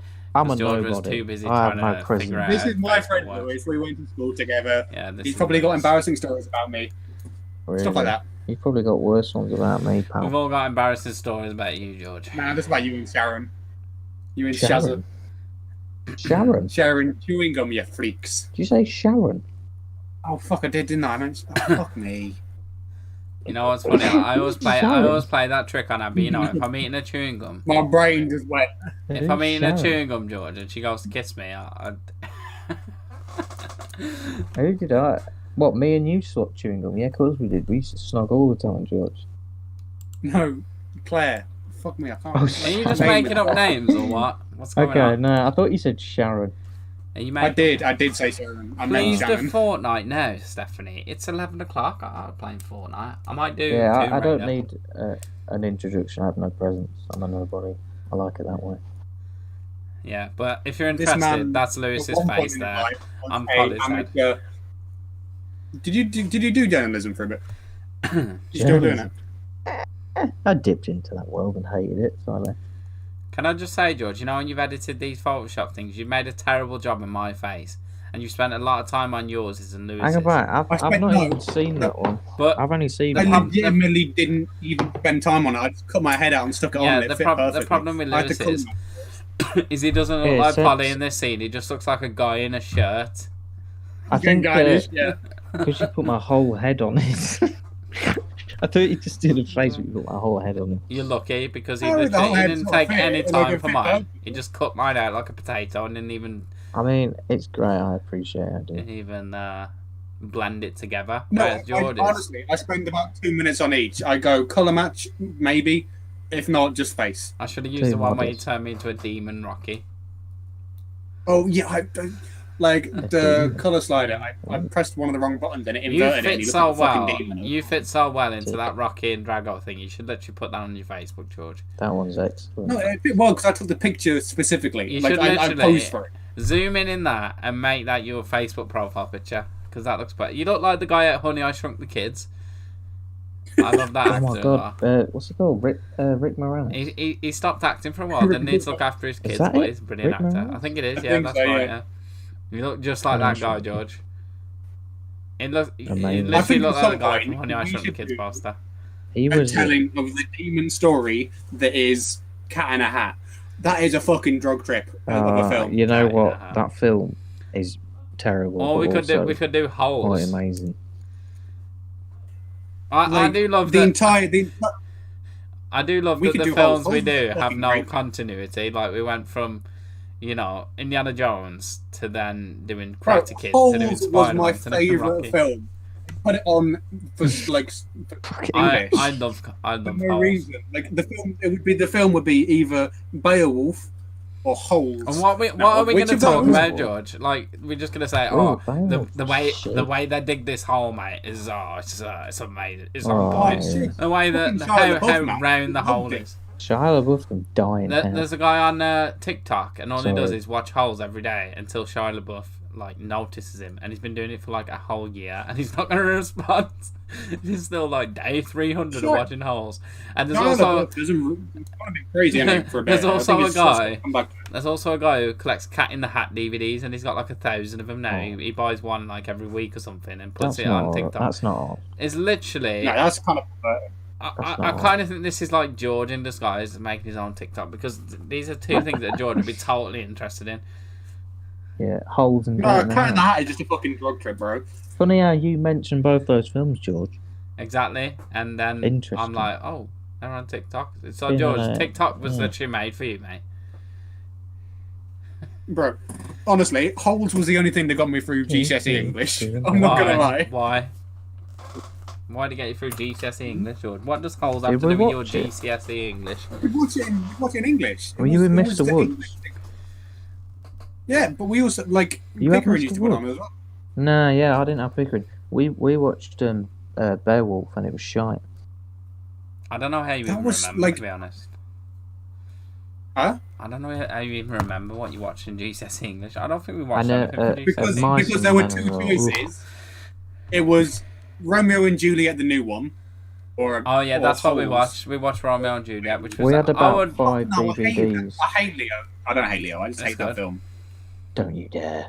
Should we do Titanic, George, so we could just talk about how there was room on the door? Dude, I love picking plot holes in a film like that. Saying that, there's another TikTok where the guy just explains everything about Titanic. He's made like 1,000 videos, talks about everything. Oh my god.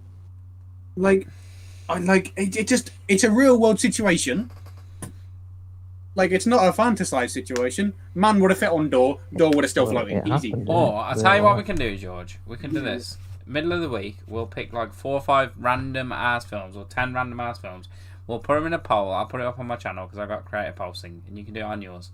And then the most votes for whatever film it is. We'll pick some new ones, some old ones, some really obscure ones, and then we'll just be like, let everyone choose.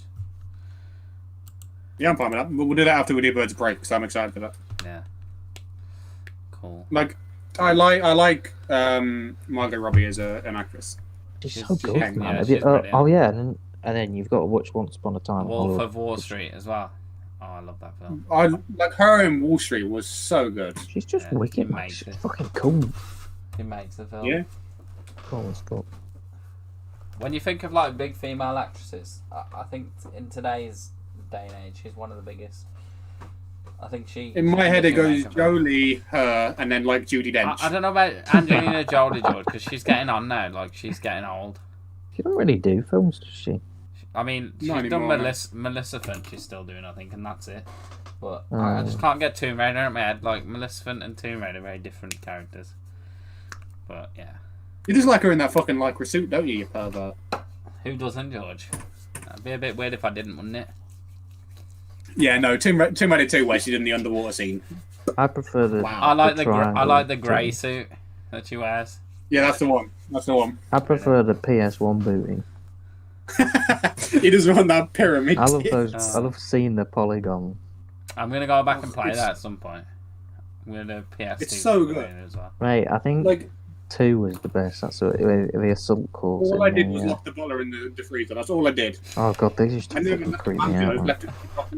Yeah, but that was the beauty of PS1 games. Like, you didn't have to follow the story. Like, now you're forced to follow the story. It's like in the new Tomb Raider. You constantly get killed because they want you to get killed. In that, you can just wander around the mansion just messing around. You know, in the second Tomb Raider, there's a DLC. You know, you get it with PS Plus. And it's in the old mansion. It's actually pretty sick. Like, you go around the whole mansion. That's the one we need to play, I think. Is that the definite edition? Rise of the Tomb Raider. We got that one. Is that it? Right. Yeah, no, we got Shadow. I don't think we got Rise. Yeah, I have, George. I'm looking at it. Whatever the second one is. I'm looking at it on my PlayStation. If you got it with Plus, like I did, you get the DLC of it, and it's like, you go in the mansion, you look for clues and that, and there's this a thing you find where she talks about how she used to lock it in the thing. That's got me and George hyped for that. Yeah, we that's did see a bit of nice. backstory where she's like a 5-year-old, and I don't know if it's co-op. in this one you see her as a 5-year-old climbing on buildings, man. The one we're playing now isn't co-op. We're just doing it at the same time. We're basically playing a non-co-op game in co-op, man. We played it ourselves. Did you see what Caleb put on our channel, Sheddy? What? About they're doing a Tomb Raider skin in Fortnite. Oh yeah, he told me about that. Is he in your chat? Kids are going to know what Tomb Raider is. I'm not sure. Kids are going to be like, what the hell is Tomb Raider? Why is he screenshotting this wide man again? I swear, dude, I don't think I can give him mod because he just messes around. He never listens. I don't think he's trustworthy enough. I said when he gets to 100, but it's just not showing me a perspective. He's screenshotting everything we do, and like all of our images and stuff. I wouldn't mind if it was just like one pose and he kept it, but he just I don't know why he does it. Like I don't mind. I find it funny when he does me, but I can tell you care about it. But for me, it's funny. I've just seen it's not that. It's when he crops pictures of my chin, man. I'm not at a very good angle here. And I've shaved my beard, so you can just see the outline of my double chin, man. And he keeps screenshotting that. Like when I laugh and I got my mouth fully open. He's been screenshotting that as well, putting it in his profile. That is not a good angle for me. And when he said that about Joe earlier, Catman Joe, talking about Joe Exotic, I'm asking Joe, I'm like, oh, you fancy doing another collab? Because I enjoyed, doing the collab we did before. And, he's a good guy. And all kind of saying, he's like, oh, Joe Exotic, mate. Where'd you put your wife? Where'd you bury your wife? I'm like, Caleb, that's not cool, man. To be doing that, to be offending people. I know Joe wouldn't take it seriously, but if he did that to some kid who's like insecure or whatever, and he starts having an argument based on their name, it's not good, for a moderator. It would be very, very good. Not in a channel that's predominantly like young adults and kids, right? Like, they choose to watch our videos to escape the shitty mundane life they've got. Me and you are literally like teachers. Like when we see an argument, we have to put a stop to it. Well, we don't like bullies and stuff, and half these arguments come from stupid, silly comments, which is just ridiculous. Like it's all the 1v1 me on Fortnite, mate. If they grew up in our day and age, and there was on Modern Warfare 2, they would not survive. And not survive, nah. Nah. I mean, we went to it. Our school was pretty shit for stuff like that. Like, busted. Like, represent. It wasn't the worst though. Like, there was definitely. It wasn't a terrible school, but it wasn't fantastic. Town was. Should we put the Shedcast on Spotify, George? I don't think it'll work though because it's 15 minutes. Maybe they'll pay us $1 million like Joe Rogan. Yeah, we just need to build. We need to build the podcast to like 1,000 episodes, and then we can do that. Fucking hate that dick. And we can pay our guests, and we might be able to get some decent guests on. No, I'm not talking about you, Lou. I'm talking about we was gonna do a series where we had other big YouTubers on, and we did one and Rocky, and then we couldn't get anyone else in. No, it wasn't. We couldn't. It was he just vanished off the face of the fucking earth. We just decided to start doing movies instead, and here we are. I'm a nobody, but in South Korea, I actually have a cult following in South Korea. I actually have millions of fans. Yeah. Oh, is it for your raps? I remember your SoundCloud. Yeah, for my songs about beans and sausages and whatnot. Well, I did that same thing, so we got something in common there. Because when I was in school, I made this rap in year 7 called J2O, and I used to sing it. And then I waited till 6th form to release a song on YouTube, and it went viral around the whole school. Everyone come up to me like, you that guy who sings the J2O song, sitting in the pub with J2O. And it literally, hang on. I had to delete it. We're talking about J2O. We can't talk about J2O. Do you remember? Oh, what the fuck was I made some ridiculous songs, George. I made one called Cricket and Detonation Time and ridiculous songs, man. And they all went viral. And by this point, we was talking about 6th form. I was like 17. I decided that was the time I was going to put them on YouTube. Not when I was in year 7. When I made Beans, I was 17, I think. But maybe if I get to 1 million subs, I might just release that for a laugh. But then if I become one of them YouTubers who wants a music career, I basically messed it all up in like 5 minutes by releasing that. Nice. Who was the Filipino kid? His name's gone out of my head. Paul. Man, We love Paul. He was known as J2O because he went to a party and all he drank was J2O. Because he's beautiful. Well, that precious. was, you know, it's like you always sing about stuff that, you know, like beers and drinking and alcohol and, you know, all that stuff. And when we were 17, obviously all we was drinking was J2O, so I was like sitting in the pub with a J2O. Well, Oh, no. I actually, no, not 17, but I wrote this when I was in year 7, actually. So remember them Butterworth I was literally field like 12, parties? George. I was 12 years old. I was 12 years old. There's nothing better than being in a pub when you're 12, George, and thinking you like you look like an animal because you got a glass bottle. Yeah, no, I reckon that. But yeah. Do you remember Acer? Yeah, twat. What, the Yeah, computer how he- company? Dislocated. Nah, it was just a dickhead kid. He dislocated his shoulder because one of our friends pushed him, and he fell on his own bike and dislocated his shoulder. And he was threatening to sue. Oh. Threatening to sue? I mean, as if you can sue kids, like... Oh no, it was, in fairness to him, we were in a public place completely fucking out of our face. So, absolutely, it was liable to sue. Yeah, prick. But, yeah, what a prick. That whole town is just full of dickheads. You have been coconut mauled. Anyway, we sound like old men. I can't believe that. We are. You don't know what coconut mold is, man. I watched a TikTok the other day, and I got through the whole thing, and it was just like pure nonsense. Like, I think it's like one of them things that baits you in, and it's like, oh, and this happens and whatever, like random facts, and it was pure bullshit. And then at the end, I was like, what is this about? And it gets to like the pinnacle, like the punchline, and then there's nothing there. It just goes, you've been coconut mauled. Oh, it's like... Is it like being stick? Is it like you got freaking beamed? Yeah, you got You've stitched been up, rickrolled. basically. You've been drawn into the video, and there's no point to the video, and then... Do you remember that? You got beamed. It was like, you freaking moron, you got beamed. I can't say I remember that one. Stick bug. George, I think you should Stick bug. definitely make like a little No. YouTube short saying, you got beamed, mate. What about... No, it's not relevant anymore, but I'm like... a gnome. You just got gnomed. What? What? That's a classic. Oh my God. I got this air freshener behind me that I bought, and it goes off like every 10 minutes, and sometimes me and Abby are asleep, and it just goes...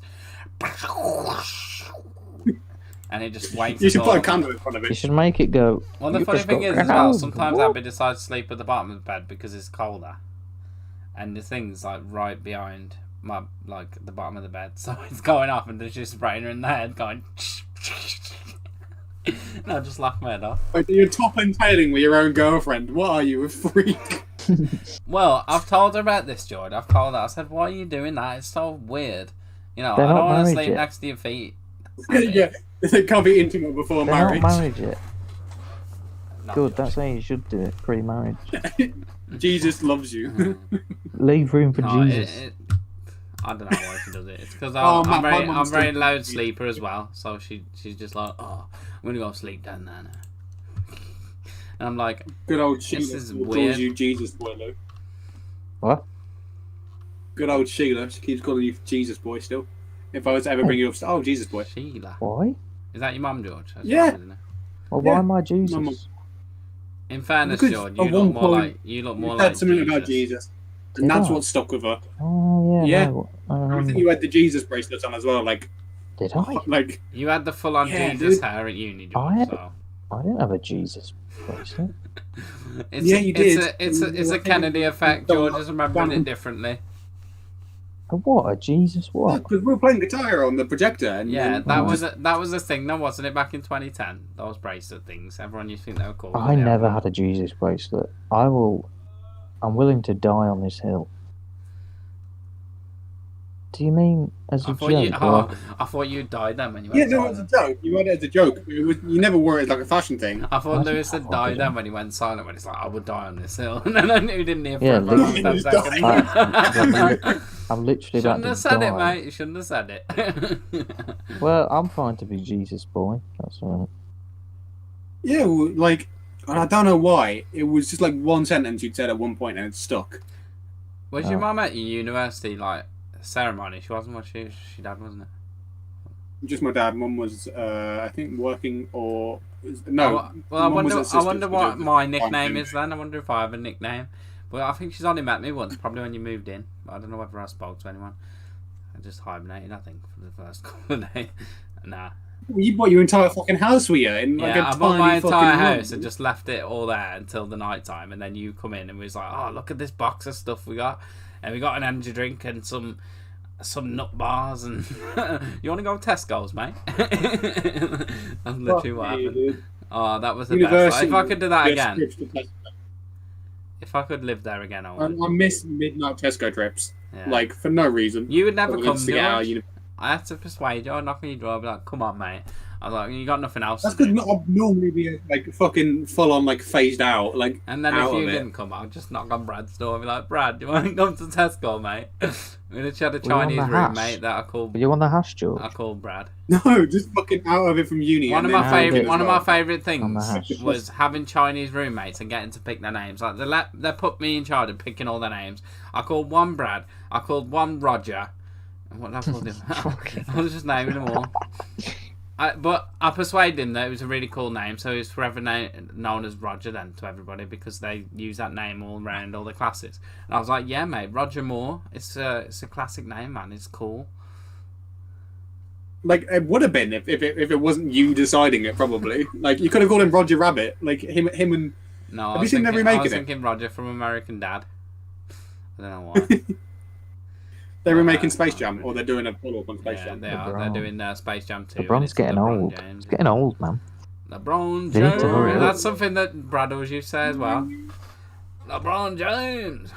They need to hurry up before his knees go. But yeah, that was like living at uni. Like, that was amazing. Like, it was so much fun. Me and George just spend most time having showers and playing Apex.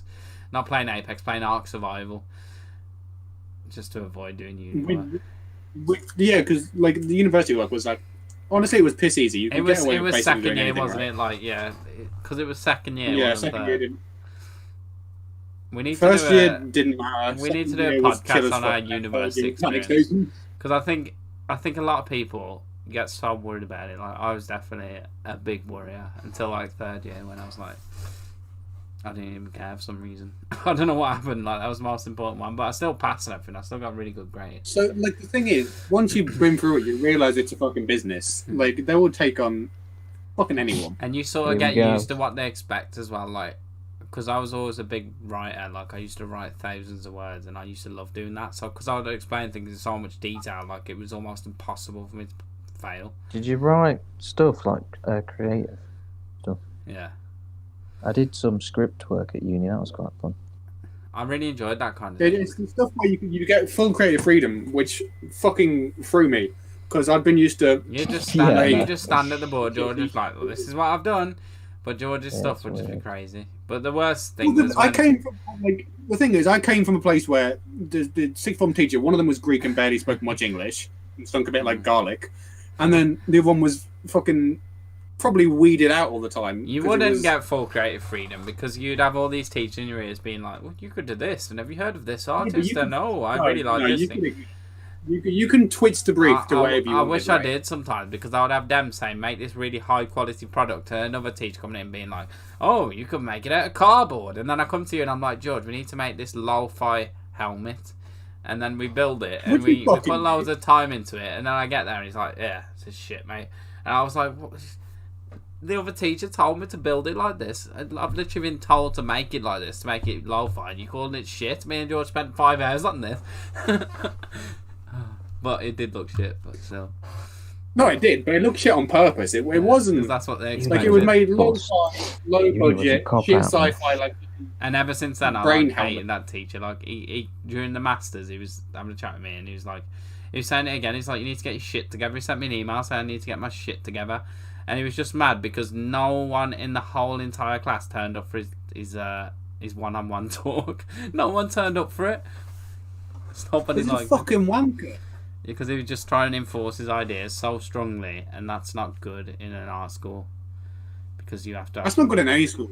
Ooh, to fully... if my brother has Gareth and Dem... Go with Dem as a fucking tutor, bro. Oh, Gareth as well, though he can be a bit. Sometimes he's all right. Sometimes, but when you get first time you have him, and he's like, he sat down with us that one time, and he was giving everyone these ridiculous projects. He said to me, like, I said I was going to do some drawings to start off with some sketches. He's like, what about you do 5,000? He's like, you can do one every 10 minutes, and I was like, 5,000, mate? Are you mad? I'm going to spend time and do about 10. He's like, how about? The last time you told me to do a fucking helmet together. I'm like, how about I do 10? And then we work from there. He's like, can you do 150? And then he goes to somebody else, like Jeffs or whatever. He's like, I'm going to do a painting. He's like, do 10 paintings then. He gave us ridiculous amounts of stuff, wouldn't he? And no one would do it. Like, it's impossible. You know what I mean? Like, they've just asked stupid stuff, yeah? But then we all got used to it, and we was like, oh, we don't give a crap what he says. Just do our own thing. I mean, the thing is, like, first year, I paid attention to what they were saying. And I was like, okay, I'm going to slightly stick to the briefs.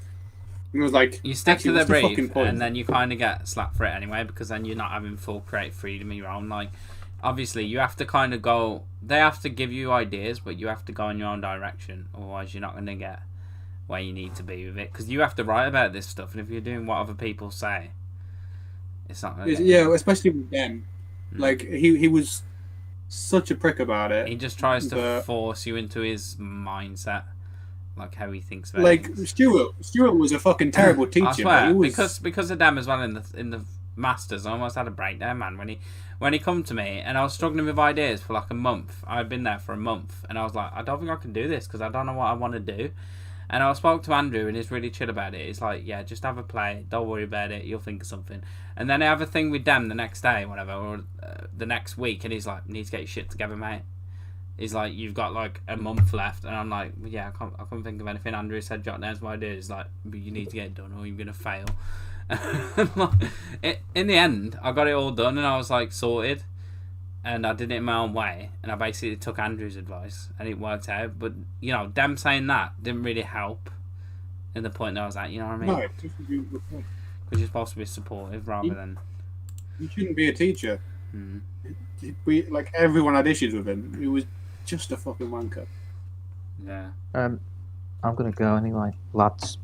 Right. Good night. Thanks for having me. Drunk podcast next week. I had a blast. Drunk podcast next week. Oh yeah, I don't mind doing a drunk. Yeah, depends what day it is. Friday, yeah? Yeah, we can do Friday. Yeah, we can do Friday. Banger. Alright, see you then. See you Love later. Later, mate. Good night. So what, you want to do then, George? Are we doing Tomb Raider? Yeah, should we start at 12? Let me see if Kath's awake. I won't, but if she does sleep, I will. We'll message her now then on the podcast. I really enjoy talking about uni. I think we need to do a podcast on it because I think a lot of kids worry about it. And GCSEs and A-levels. Girlfriend's asleep, we can play Tomb Raider. Yeah, I think a lot of kids worry too much. And I think when you get to our age, I was thinking about this earlier, like, you realise there's always a path. Like, every time I've been down in life, like... Maybe we should do it next year, if we were to do it, because either that or during clearing. Like, those are the times when it's going to be a huge issue for people, right? Well, I don't know, because around now, applications have already been... like September is when people start, but around May, everyone's like getting their applications in and watching all them videos and stuff. So it's actually moving to uni, like what you need to move to uni and stuff. Because when I was moving in, there was all these lists with thousands of things on. I barely used anything up to me. You need a fucking saucepan. And honestly, you can get away with a wok. The wok will do fucking anything. There's literally everything they need. And plus, most combinations have iron boards and stuff like that. There's a lot of things you don't know until you're there. And I think our expertise on it is really useful for people because we have an audience. Yeah.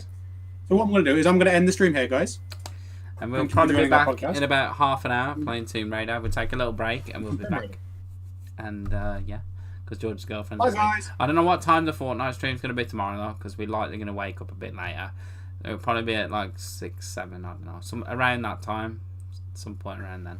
Yeah, we'll figure it out tomorrow. But yeah, we'll catch you later, guys. Thanks for watching. I hope you've enjoyed it. I think it's been a good one today. I think having 3 people, I think it does make it more interesting because there's more. It has more energy. More voices, yeah.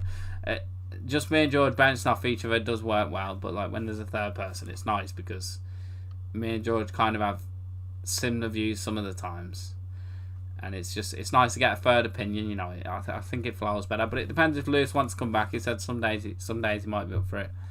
Depends kind of what the podcast is about. I think it should be fine. But yeah, we'll catch you later.